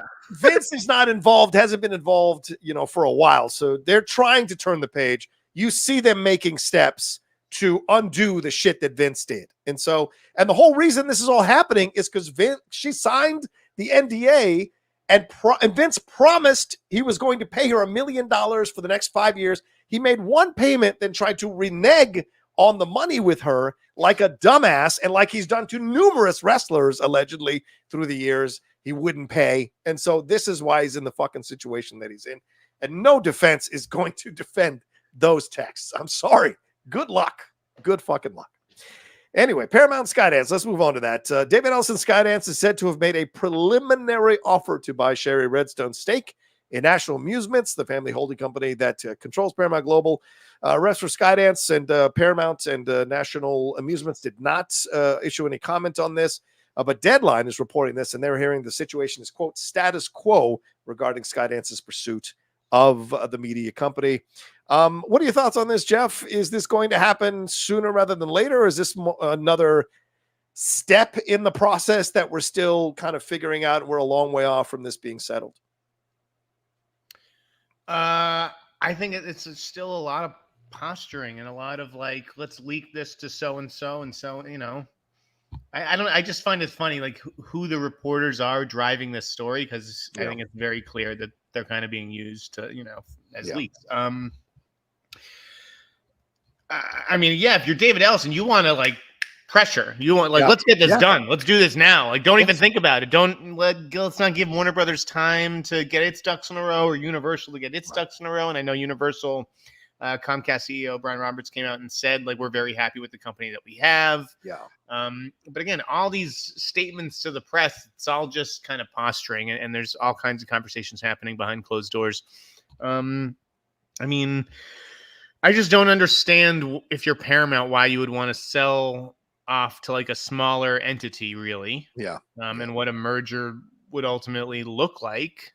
I feel like you need one of the big boys to come in. Yeah, this seems odd. And that may be why it's not going fast, why they're not selling this fast, because they keep waiting. And maybe the more they engage in this, they're trying to send signals out to the bigger dogs in the yard here that, hey, this is available. Just letting you know, I'm getting negotiations, but they're still available. So maybe just kind of opening the door to some of this negotiation is a way of kind of maybe trying to move up the process of it happening with a bigger studio for sure. So yeah, we'll see. And of course, they're lining up for more layoffs, unfortunately, with hundreds of staffers there at Paramount Global. So just a shame all around with that kind of stuff. Let's move on to another story that you reported on a while ago on the show here, Jeff. But there's an update here. Edward Norton is now replacing Benedict Cumberbatch as Pete Seeger. One of the first things you broke on the show was talking about Pete Seeger and the Bob Dylan movie here, A Complete Unknown. Cumberbatch was going to play Pete Seeger, but now it looks like it's going to be Edward Norton. The film heads into production this March with Timothée Chalamet playing a young Dylan who shakes up the music world in 1965 when he pivots to performing with an electric guitar for the first time, which of course leads to Like a Rolling Stone. Jay Cox has written the script with Mangold handling the revisions here, James Mangold directing the film. So your thoughts on this, Jeff, overall here with Norton coming in to replace Cumberbatch? It doesn't seem like a like for like, two completely different energies, two completely different looks. What are your thoughts on this? Yeah, I'm not sure what Benedict's scheduling issue is. I mean, I assume that's the reason he fell out. Yeah. But yeah, because I was curious to see him as Pete Seeger, but if he's going to be replaced by somebody, I think Norton's a great place to start. Yeah. Yep. He's a great actor. Yeah, I what am I supposed to say about this? I mean, you broke this story. Like, are you surprised by this? Yeah, I was super surprised. I thought Cumberbatch was like for sure in. A done deal. Yeah, so I don't know why he fell out. If it was just like they start filming, or they get to see him in character, or they realize he can't sing, or I don't know. I don't know why he fell out. I assume it was a scheduling thing because everything has been so rejiggered, but I don't know. Interesting. Yeah, I guess we'll find out. Does the report say anything? I don't even know. No, not really. No, it just says that just couldn't get it locked down, or that he had to take off from the project here, and that it's just him staying into it. So just saying that departing Searchlight Pictures and James Mangold's Bob Dylan following scheduling issues, and his replacement has been found. That's all they say on this. So let's see what he's doing. It's interesting. Let's see. Hold on. Well, are you gonna text somebody, or what are you gonna do here? No, I'm just looking at like what he has in the coming up development. He is. Right. Yeah. No, he's filming that show, Eric. It's probably just not done filming. I mean, maybe it is, but okay. I'm seeing if there's anything else that's like going into production really quick. Morning? What's that one? I don't know. Oh, the Justin Kurzel thing? That can't be going, can it? Maybe. Do you think he just didn't want to be in it anymore? Like he didn't like the character, didn't like the role? I mean, Pete Seeger, obviously a real person, but like maybe didn't feel like he was comfortable doing it anymore. Maybe they made some script changes with Mangold and he wasn't comfortable doing it. Again, I don't know. I mean, this Project Morning, which is listed on IMDb Pro, it says it's in pre-production, and he's the producer on that. So maybe it was just like, listen, I can't not be in this movie that I'm producing. Right. Okay. If that is in fact going soon, it's all about start dates. So I don't know when Morning is going, but I think that the Bob Dylan movie is going in March, and I don't know if Cumberbatch is done filming that show, Eric, which is a Netflix series. Gotcha. Well, let's pick things up, Jeff. Let's talk about something from 1989. Were you born by then? I want to make sure people understand if you were born in 1989. Yes. Okay, good. I want to make sure because we got the first trailer for the remake of Roadhouse, starring Jake Gyllenhaal. It dropped earlier today. This one from director Doug Liman. This also stars shrinking star Jessica Williams. You've also got Billy Magnuson in this one. Daniela Melchior from the Suicide Squad. Lucas Gage from White Lotus is in this one as well. Arturo Castro, who's one of my favorite Latino comedians, is in this. And Dominic Columbus is a part of this. Bo Knapp. And also one Conor McGregor. Conor McGregor from the UFC. Whoa, is that yours? Is that mine? Okay, is that yours?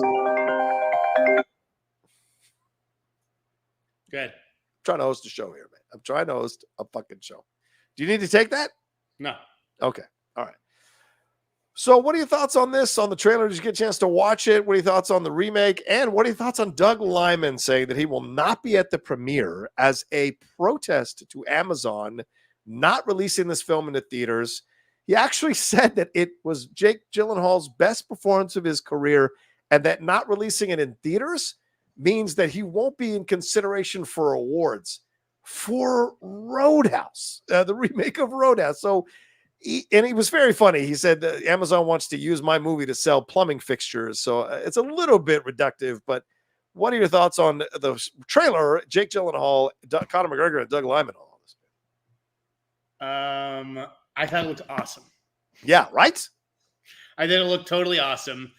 Obviously, I'm the biggest Jake fanboy like alive. I fucking love this guy.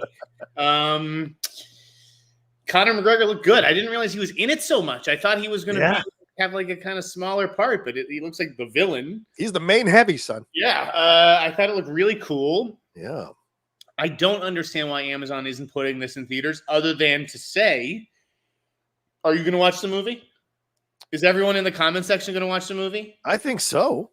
So isn't that what Amazon wants? Yeah. Have they had a movie, like they have big movies, obviously, but their movies like, I don't need to see that. Do I? I don't need to watch the Tomorrow War. Do I? Right. This is something where it's like, I got to see this. Yeah. They kind of want just a movie that's like, you know what? We're number one on all the streaming charts. Fuck all the Hulu and the Netflix. Doesn't matter what they release. It's going to be us. Yeah. I mean, it's tricky with a theatrical release. Yes, I think the movie would do okay. Yeah.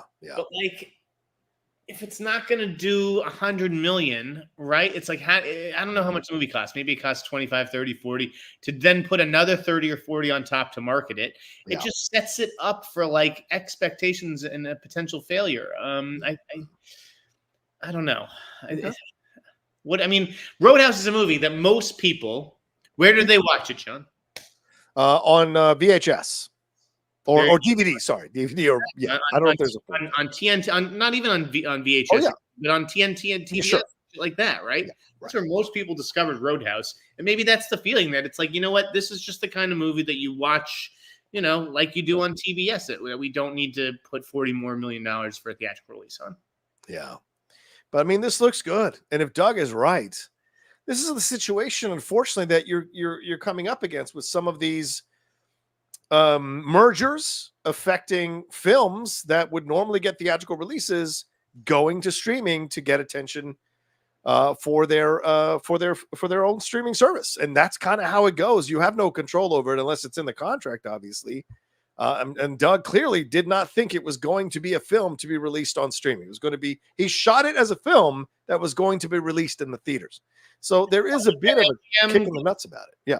But then MGM gets acquired and things change. And it's I'm sorry that this is what one regime told you. I mean, be lucky we don't just throw your movie in the trash for a fucking tax write-off these days, Right.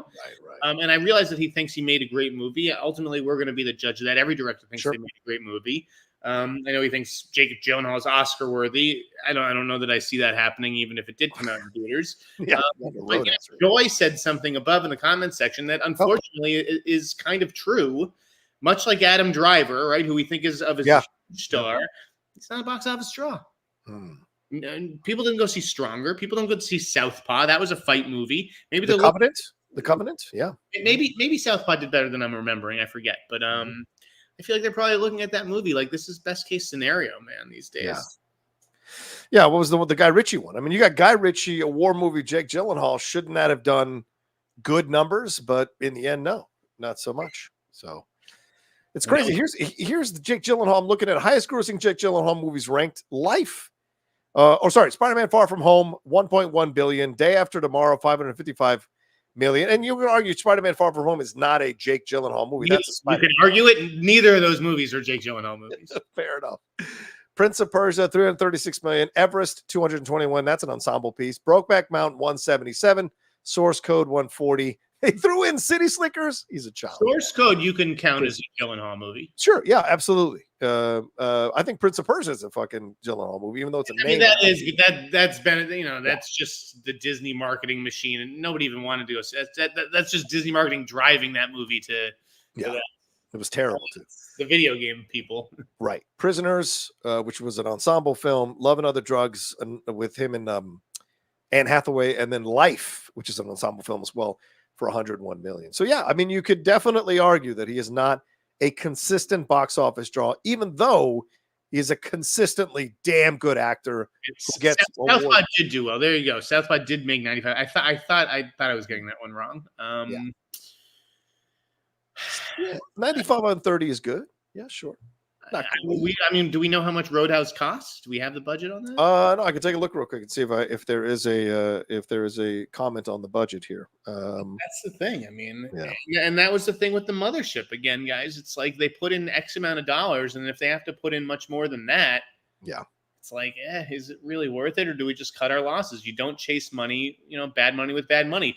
Right. It's like some of the moves that Warner Brothers has made where. Why are we investing in reshoots if we don't think that this is going to be a hit? Yeah. I don't see any budget for the film anywhere on Wikipedia or any place. It wasn't cheap. Doug Liman, Jake Gyllenhaal, Conor McGregor, right. It looked great. I mean, they shot down where in Miami? Yeah. No, they shot in Dominican Republic and then shot at UFC 285 for those UFC scenes that you see in the trailer. But yeah, I think it's just a shame that, the situation with the situation, but I'm looking forward to it.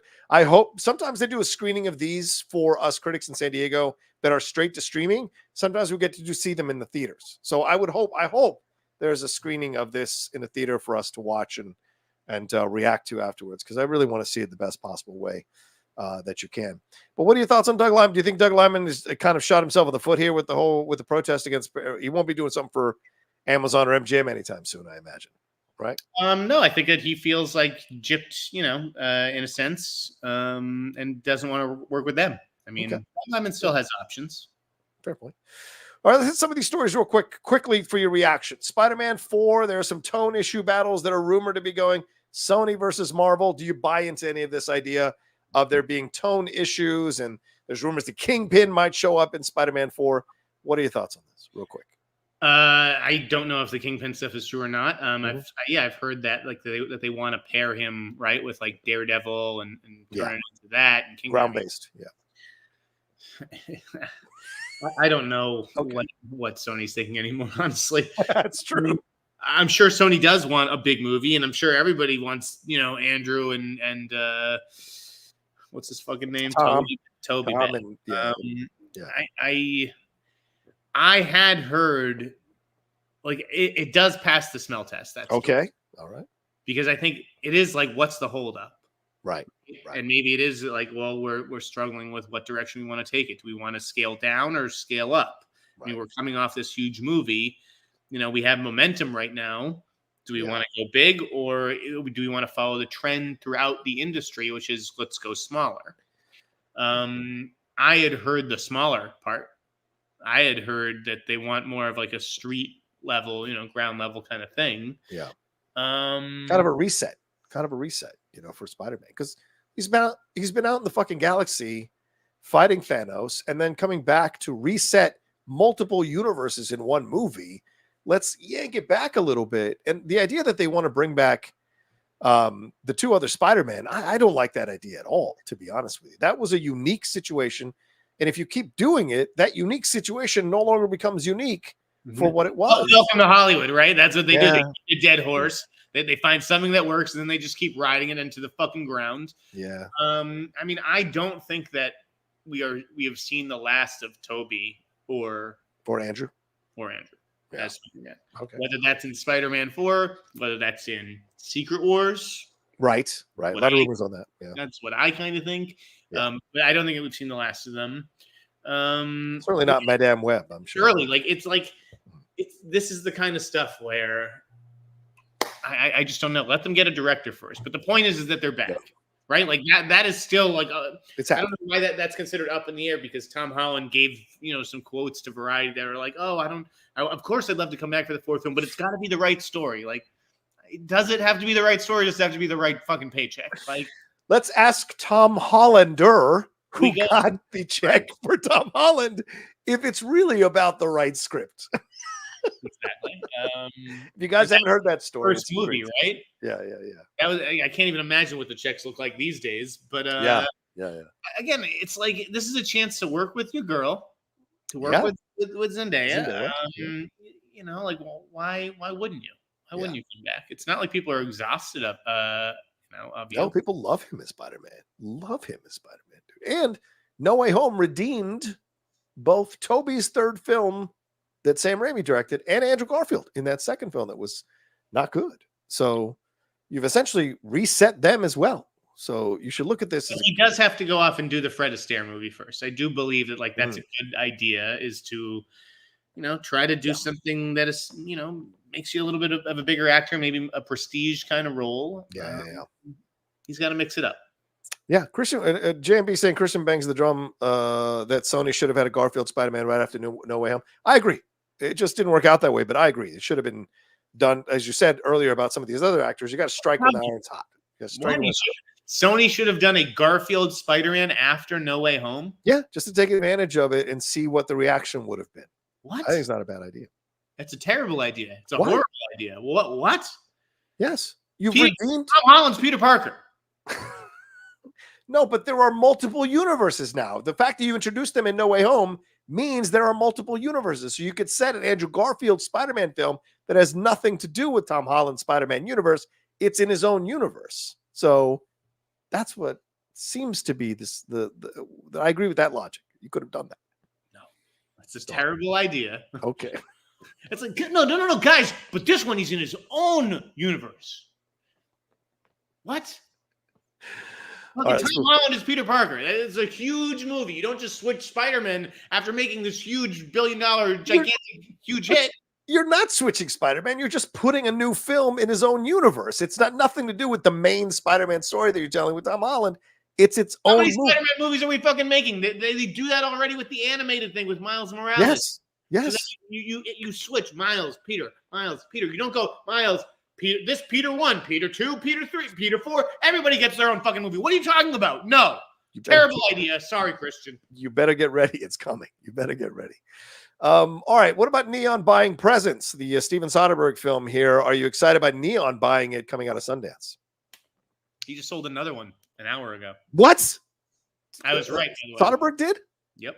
God damn it. I broke that story about him shopping Black Bag, which is the spy thriller with Fassbender and Cate Blanchett. I said at the time, the night that I broke it, that Focus Features and Apple were the two people into it, the two companies. And that Focus, I'm told, has a mandate to go after more commercial movies. Okay.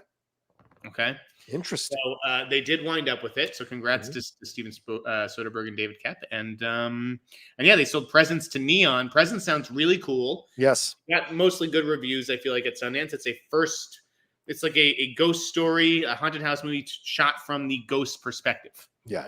Exactly. Which sounds like a very interesting exercise. It's got Lucy Liu. Like I'm definitely looking forward to that. I am as well.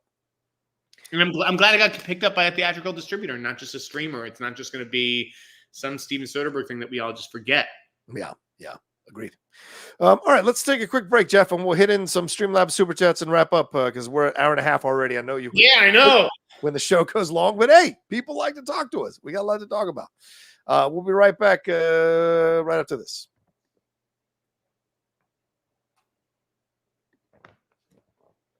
I mean, if you want me to start cutting down the topics, we can do that as well.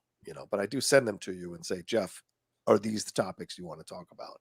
And you say yes. So that's not my fault. All right, here we go. Where is it, Jeff? Okay, yeah. Jay Bling saying, I feel like the female lead in Bonetta's erotic thriller will turn the tables on him. Also, I have my own pitch with stars, but I'm not going to share. That's good, Jay. Ross _ him says, anything on Percy Jackson season 2? Love the show. Yeah, the ratings are going up for that show. Jeff, have you heard anything on Percy Jackson season 2? No. Okay. Ramon, thank you, Ramon, saying showing support. Big fan of the hot mic and Cinephiles. Oh, thanks, Ramon. We appreciate that. For the Cinephiles fans, Scorsese, we're starting our season of Scorsese tomorrow. We'll be dropping that first episode tomorrow. Princess Positive says, sending in money as an apology since I keep making you guys mad. I'm sorry. I love the show and never miss it. No, Princess. We're not mad. We love you, Miss Positive. Yeah. We're just a couple of East Coast guys ball busting. Don't take our passion for anger, for God's sakes. Brandon Strelitz says, Jeff, any word on the Toxic Avenger movie or release? No. Okay.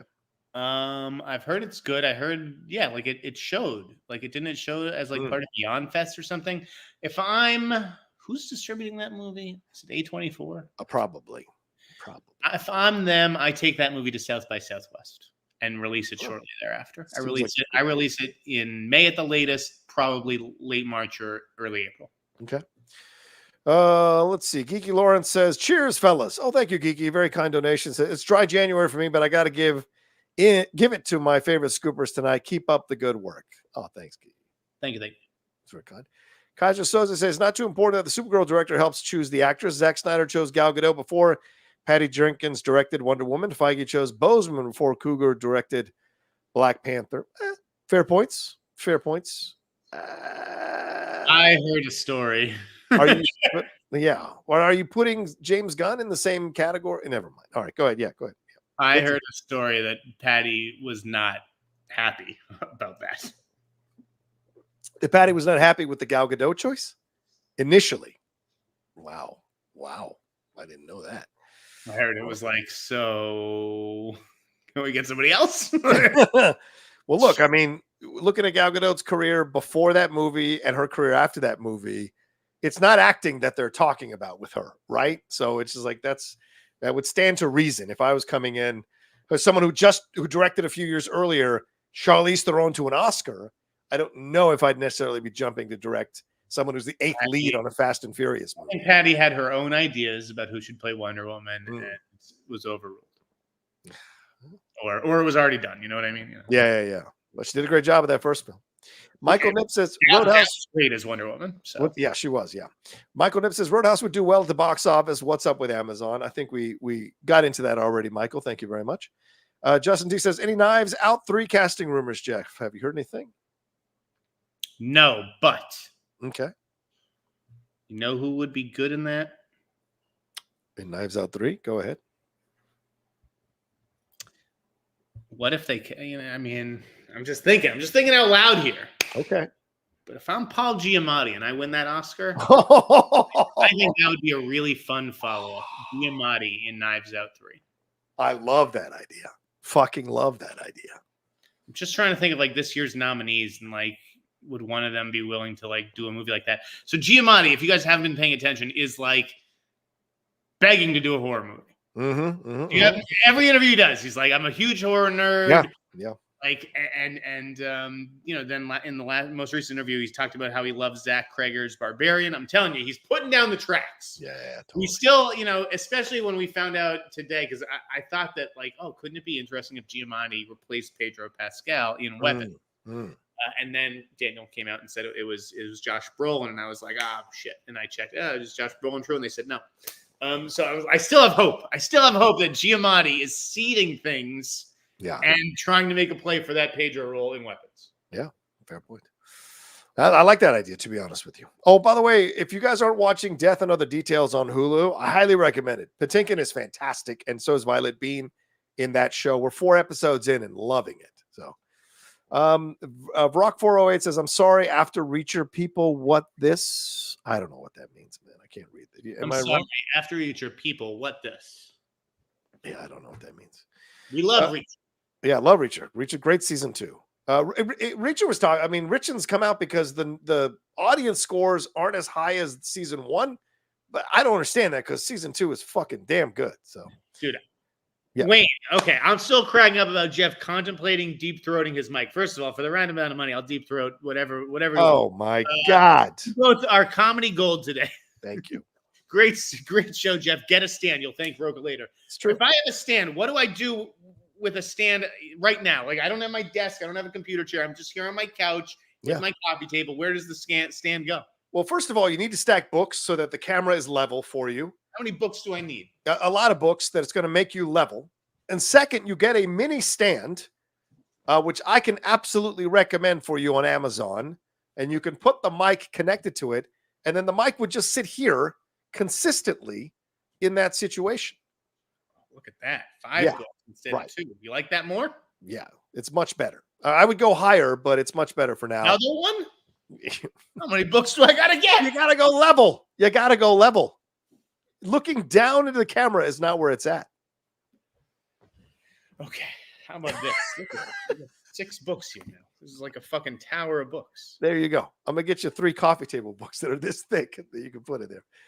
But yeah, if you get a stand, if your coffee table is big enough in terms of width, you get the stand there, sits in front. You can move it up and down, and then you can have the mic right there in front of you. It won't be in the way of the camera, for God's sakes. Anyway, but thank you, Wayne. Appreciate that. You're awesome. More votes. Samo said, will the Barbie outrage increase its chances at Best Picture? Yeah. Some people are commenting on this, Jeff, for sure. I know he needs a better setup. I try to get him a better setup. He won't listen. But some people are commenting on this, Jeff. Some people are saying that the Barbie Backlash will help it get the awards that it's nominated for. So you're going to show off what you're reading. We all know you're smart. The other issue is that some people are saying the Barbie Backlash could hurt its chances for winning categories that it seemed to be on its way to winning. Oh, move the laptop. Yes, there you go. That is good. That is much better. This is much very better. precarious. Yeah. Well, get thicker books. So your thoughts, Jeff? Do you think the Backlash will hurt its chances or help its chances, or nothing? I don't think Barbie ever had a fucking chance at Best Picture. What are the other categories that maybe ever predicted it is insane. Yeah, I agree. But Best Adapted Screenplay, would this affect? Do you think this Backlash could affect? Like, Academy voters might be insulted by the Backlash. What do you think? Academy voters insulted by the Backlash because they've got to do another round of voting. This is the voting that they're actually going to do. They take it out on Barbie. Yeah, that they might be insulted by all these people coming at them and their choices, and be like, "Well, fuck you." Now, look, Greta and Margot have not said a word about the snubs. They've been very gracious. They've been very kind. So, do you think some of the voters might take people's anger at them, like Mary McNamara's column, and be like, well, I was going to vote for a redacted screenplay, but fuck her. I'm going to vote for someone else. We'll never know, will we? You know, it's like, I still think Barbie has a chance in the screenplay category, but if it loses, it's not because the fix was in. I think where we'll see whether they care about Barbie is like in those other below the line categories, like production design, stuff like that. True. Fred Tastic says, thank you. Thanks to you too, giving support. Thank you very much, Fred. Any word about the Kong Godzilla universe and how far they want to go into their lore? Yeah, Jeff, have you heard anything more on this? If they're going to go deeper into other monsters or anything like that? No, I have no idea. I haven't heard anything. Okay. All right, let's finish off with some of these Streamlabs real quick. Mike Joy says, does Jeff know if they fixed the sound on the Tenet re-release? I know there were complaints about it among the people who saw it in theater. I certainly had issues with it. When I watched it at home, I had to use subtitles to understand what they were saying. Yeah, Jeff, that was the big knock on the film, that the sound was overdone and you had trouble understanding the dialogue. Have you heard if they fixed that, adjusted that, or whatever here? I have not heard that. No? All right. Hopefully he has. Fred says, hey, Hot Mike, my feeling on Greta and Margot is that they were snubbed. It's more on Ryan Gosling's nomination because after seeing the movie, I don't believe he did anything amazing.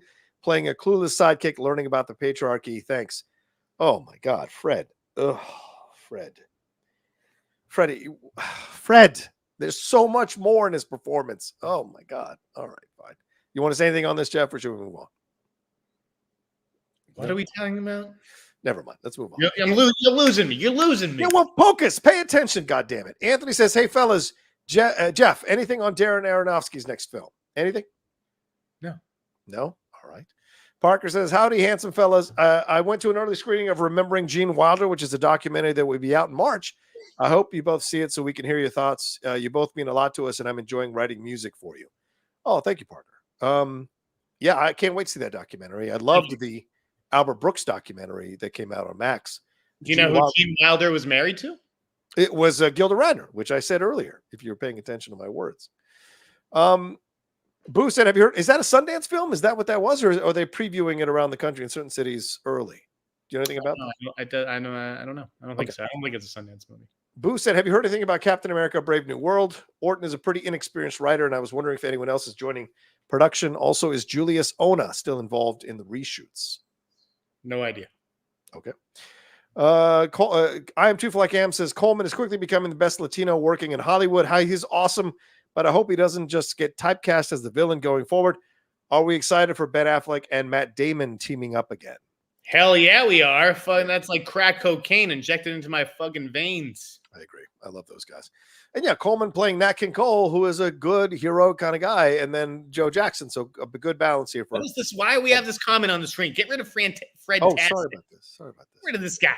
I apologize. Mike McKenzie says, after seeing The Iron Claw, I would like to see Sean Durkin do a music biopic. What band or artist would you like to see from him? Mine would be Rush or Pink Floyd. Jeff, what would you think? Sean Durkin doing a biopic rather on a band. Who would he do? Doesn't Fleetwood Mac make sense? Doesn't that make sense with the drama he did in Iron Claw? No? Yes? What do you think? I don't know. I'm not. I just don't care about biopics about those bands. I'm trying to. You know who I'd like to see Sean Durkin do a biopic? Go ahead. Metallica. There's certainly a lot there. There's certainly a lot with the Metallica. Yeah, the death of Cliff Burton and that the Montreal concert where there was stuff with Lars, fireworks shit, and yeah, it could be fun. I don't disagree with that at all. Oh, you could do Van Halen doc is way overdue. They're still going. David Lee Roth went after Eddie Van Halen's son on his Facebook yesterday. So there's still drama. It goes generational now for fun. Yeah, I'm more interested in stuff like that than Fleetwood Mac and some of these 70s bands. Yeah. Shane XS says Dune 2 hype is heating up, but any word on what Denis Villeneuve's next film would be? Is it Messiah, Cleopatra, Rendezvous with Rama? What are your thoughts here, Jeff? I don't know. I'd like to see him go back and do something small again, but he probably is past that at this point in his career. I mean, I think that they definitely are real bullish on Dune 2, and they definitely want to move quickly on Dune 3. Yeah.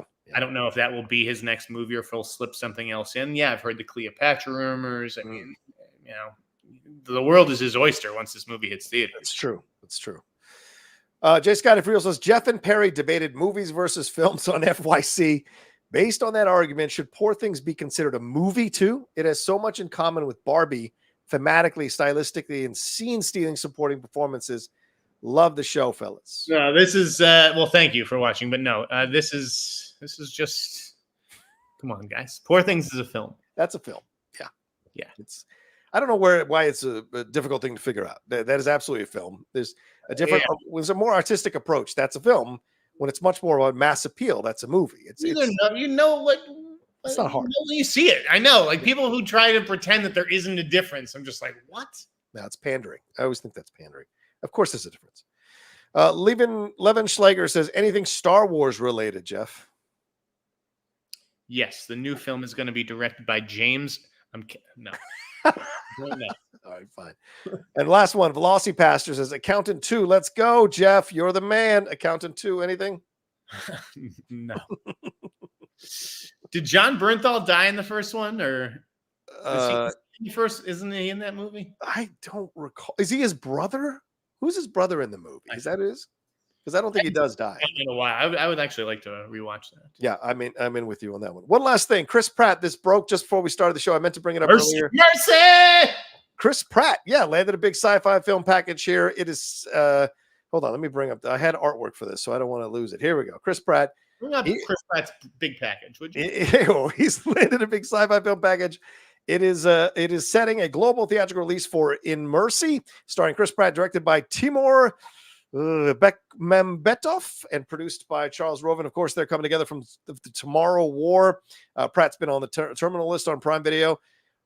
They worked on Wanted way back when. This is going to be written by Marco Van Bell, set in the near future where capital crime has increased. Pratt plays a detective who is accused of violent crime and forced to prove his innocence.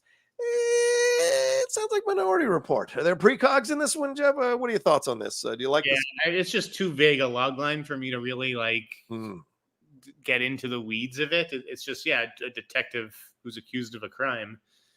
In the future. It's in a world too where crime is elevated. Yeah. I don't know what that means. So crime is run amok, and so this guy then does anybody care? Yeah. I don't know. It sounded a little generic. It sounded a little really Chris Pratt. You've gone from being Mr. Blockbuster to doing Timur Bekmambetov movies, and I know he's still capable of doing big Wanted type of stuff. He used to be a huge director, but Timur's also been focused on smaller stuff recently. Yeah. I guess I would have liked him to see him like team up with like a protege in a way. Like I still am very curious, and his name came up for something recently. I was talking to Jamie. Very curious what Nobody director Ilya Naishuller is doing. Oh yeah, that's a guy I would look at for Spider-Man 4 if they are going the more grounded street level kind of direction. That's a good movie, man. Ilya Naishuller is a really talented action director, and I'd like to see Chris Pratt work with guys like that. But if he's going to work with a different Russian guy, I guess Timur Bekmambetov is the dude. I mean, they have a history, and he's made a lot of money. And Tomorrow War did good numbers, really good numbers on Prime. I like that. It wasn't a great movie, but it was certainly very enjoyable. So him teaming up with him makes sense. But I mean, also Pratt's changing. Like he's not going to be part of this new Jurassic World. No one's clamoring for him to come in and be the lead of their franchise. There were rumors about him taking over Indiana Jones and never materialized. So maybe he's just going to places that want him at this point in his career, and he's willing to do this kind of stuff. And his personal religion is starting to become a more important thing for him. Maybe he's rethinking the approach to being part of these Hollywood blockbusters, and this is more his style that he feels comfortable with. I don't know. All right, let's finish off with three more here. Velocipaster says, you reckon DiCaprio will consider shaking up his career a bit, not saying comic movies, but something to shake it up a bit? Feel like he's stalled. You feel like he's stalled when people were saying that he was snubbed for Killers of the Flower Moon? What? I don't know where our commenters are coming from these days. Yeah, this is weird. Like Leonardo DiCaprio who was just in Once Upon a Time is stalled. Yeah, in Hollywood. Okay, so Don't Look Up is a weird choice, going to Netflix and doing that McKay movie. Sure. And I didn't love Killers of the Flower Moon, but it's Scorsese. I don't think it's like a bad choice. I think it was a bad choice for him to switch roles. I think he said, yeah, I'll be Tom White. I don't care what size the fucking role is. Agreed. But no, I don't think he needs to shake it up. No. Yeah. PTA seems like a good place to go. Exactly. Brock 408 says, please give us a view of Jeff's setup so we can help. No, I'll handle it. Don't worry about it. I feel like the lights are an issue. I mean, look at this shadow. It's of course. You've got to get light is in this apartment. That's like a track lighting on the ceiling. You see this? You got to get ring lights, my man. I have one. You got to get two of them, dude, to balance out the lighting. That's what I have. Two ring lights? Yes, that's how you balance out. I have them attached to my desk. Vanity to the max. They come right here. Well, they balance out the lighting. You got to do what's right. Let's just get you a green screen. Be done with it. Velocity says, where will Downey go next? Reunite with Fincher? Do you think? Robert Downey Jr. with David Fincher maybe next? Oh, look, that's better. There you go. You like that? A little softer, but that's better. Yeah. Night vision, baby. All right, we got to go. That's it. Anything else? Jeff? Did we read them all? Did we touch all the bases? We hit everything. Yeah. Do you think Robert Downey Jr. is going to go to Fincher next after his nomination? No. I have no idea. I guess that depends what David's doing. I guess I just want to say again, congrats to Daniel Rickman and DCU Leaks on their Lewis Pullman scoop. Good job, boys. Good job, guys. Sorry for ever doubting you. I mean, we did throw out a lot of rumors on Sentry, but you know what? You got it, and that is the important thing in the end. Yeah. So congratulations from media. I just want to make sure it's clear. I called him out for calling out another scooper, so don't come after me, Daniel. I love you. And I'm just busting balls, man. One last thing. Fred says, question. He donated a little bit of Streamlabs. Question. What is the most misrepresented movie argued as a film? Also, where does Logan land? Oh, Logan's totally a film. Logan is not a movie. Logan's a film. It's not rigid. I mean, everyone's like, well, is it a film or is it a movie? What is this classification system? And I mean, this could be a film and a movie. Like, fucking calm down, everybody. Is this what you got when you guys were debating? Is this the negative comments in the chat? Oh yeah, people were like, "How dare you call Barbie a movie?" It's like I used a fucking slur. Yeah. Okay. Yeah. How dare you call Barbie a movie, guys? It's a movie that literally was made for one reason, and it was not to empower you. It was to sell toys. You think Mattel is like, guys? We can go in there. You think Mattel goes to its board and is like, this could be a movie that empowers women? Yeah. No, they go, this could be a movie that sells more toys. That's what they said. Yeah. I mean, it did have a very good commentary on gender politics and gender dynamics, for sure. But the overall point, you can sell toys and sell them. Exactly. There's no way Mattel was going to let that go without you being able to sell toys. $1.5 billion and run with it. You don't. You got 8 Oscar nominations. Enough bitching. Rogue One, a movie, a film. The other one's movies. I'll get. Here's what I'm going to leave you with. Go ahead, break it down. This is going to take. What have we noticed the last few days, like with Netflix? Right, we keep hearing like there's going to be like fewer big movies. Right? Yes, they're moving towards more. Yeah, they're moving towards the less expensive stuff. They're moving towards live stuff. They're moving towards sports. Yes. I still say, I believe Greta Gerwig's doing a Narnia movie when she's on that set. Okay. Because there's still no script. There's no script. Yeah. I'll believe it when I see it. There we go. All right, everyone. Thanks so much for joining us. Before you log out, please remember to subscribe to the channel. Hit that subscribe button. Hit that bell button. Hit the like button. Leave comments down below if you're watching later. We appreciate it madly. Jeff, another fun show. Thanks for hanging out as long as you can here. And thanks for all the scoops and all the commentary and all your stories as well. Please let people know where they can find you and where they can subscribe to your newsletter. www.theinsnyder.com. That's an E before the I, folks. And if you don't want to subscribe, that's fine. But you just want to read like an individual story, go on over to buymeacoffee.com. On my Insider page, you'll find it under extras, and you can just read to your heart's content. There you go. Yeah. As for me, at the Rocha Says on Twitter, Instagram, and TikTok, the Outlaw Nation on Twitch. And remember, Geek Buddies tomorrow. And remember, I will be doing a watch along on Saturday of the Royal Rumble, and I will probably do a watch along on the Sports Channel for the AFC and NFC Championship games. Maybe Jeff will stop by to talk to me while I'm watching them. But thank you all so much for hanging out with us. We love you madly. Go see a movie this weekend. Enjoy. Watch something on the TV that you enjoy, and then come back and join us for another brand new episode of the Hot Mic next week here on the Outlaw Nation. Peace. Until then.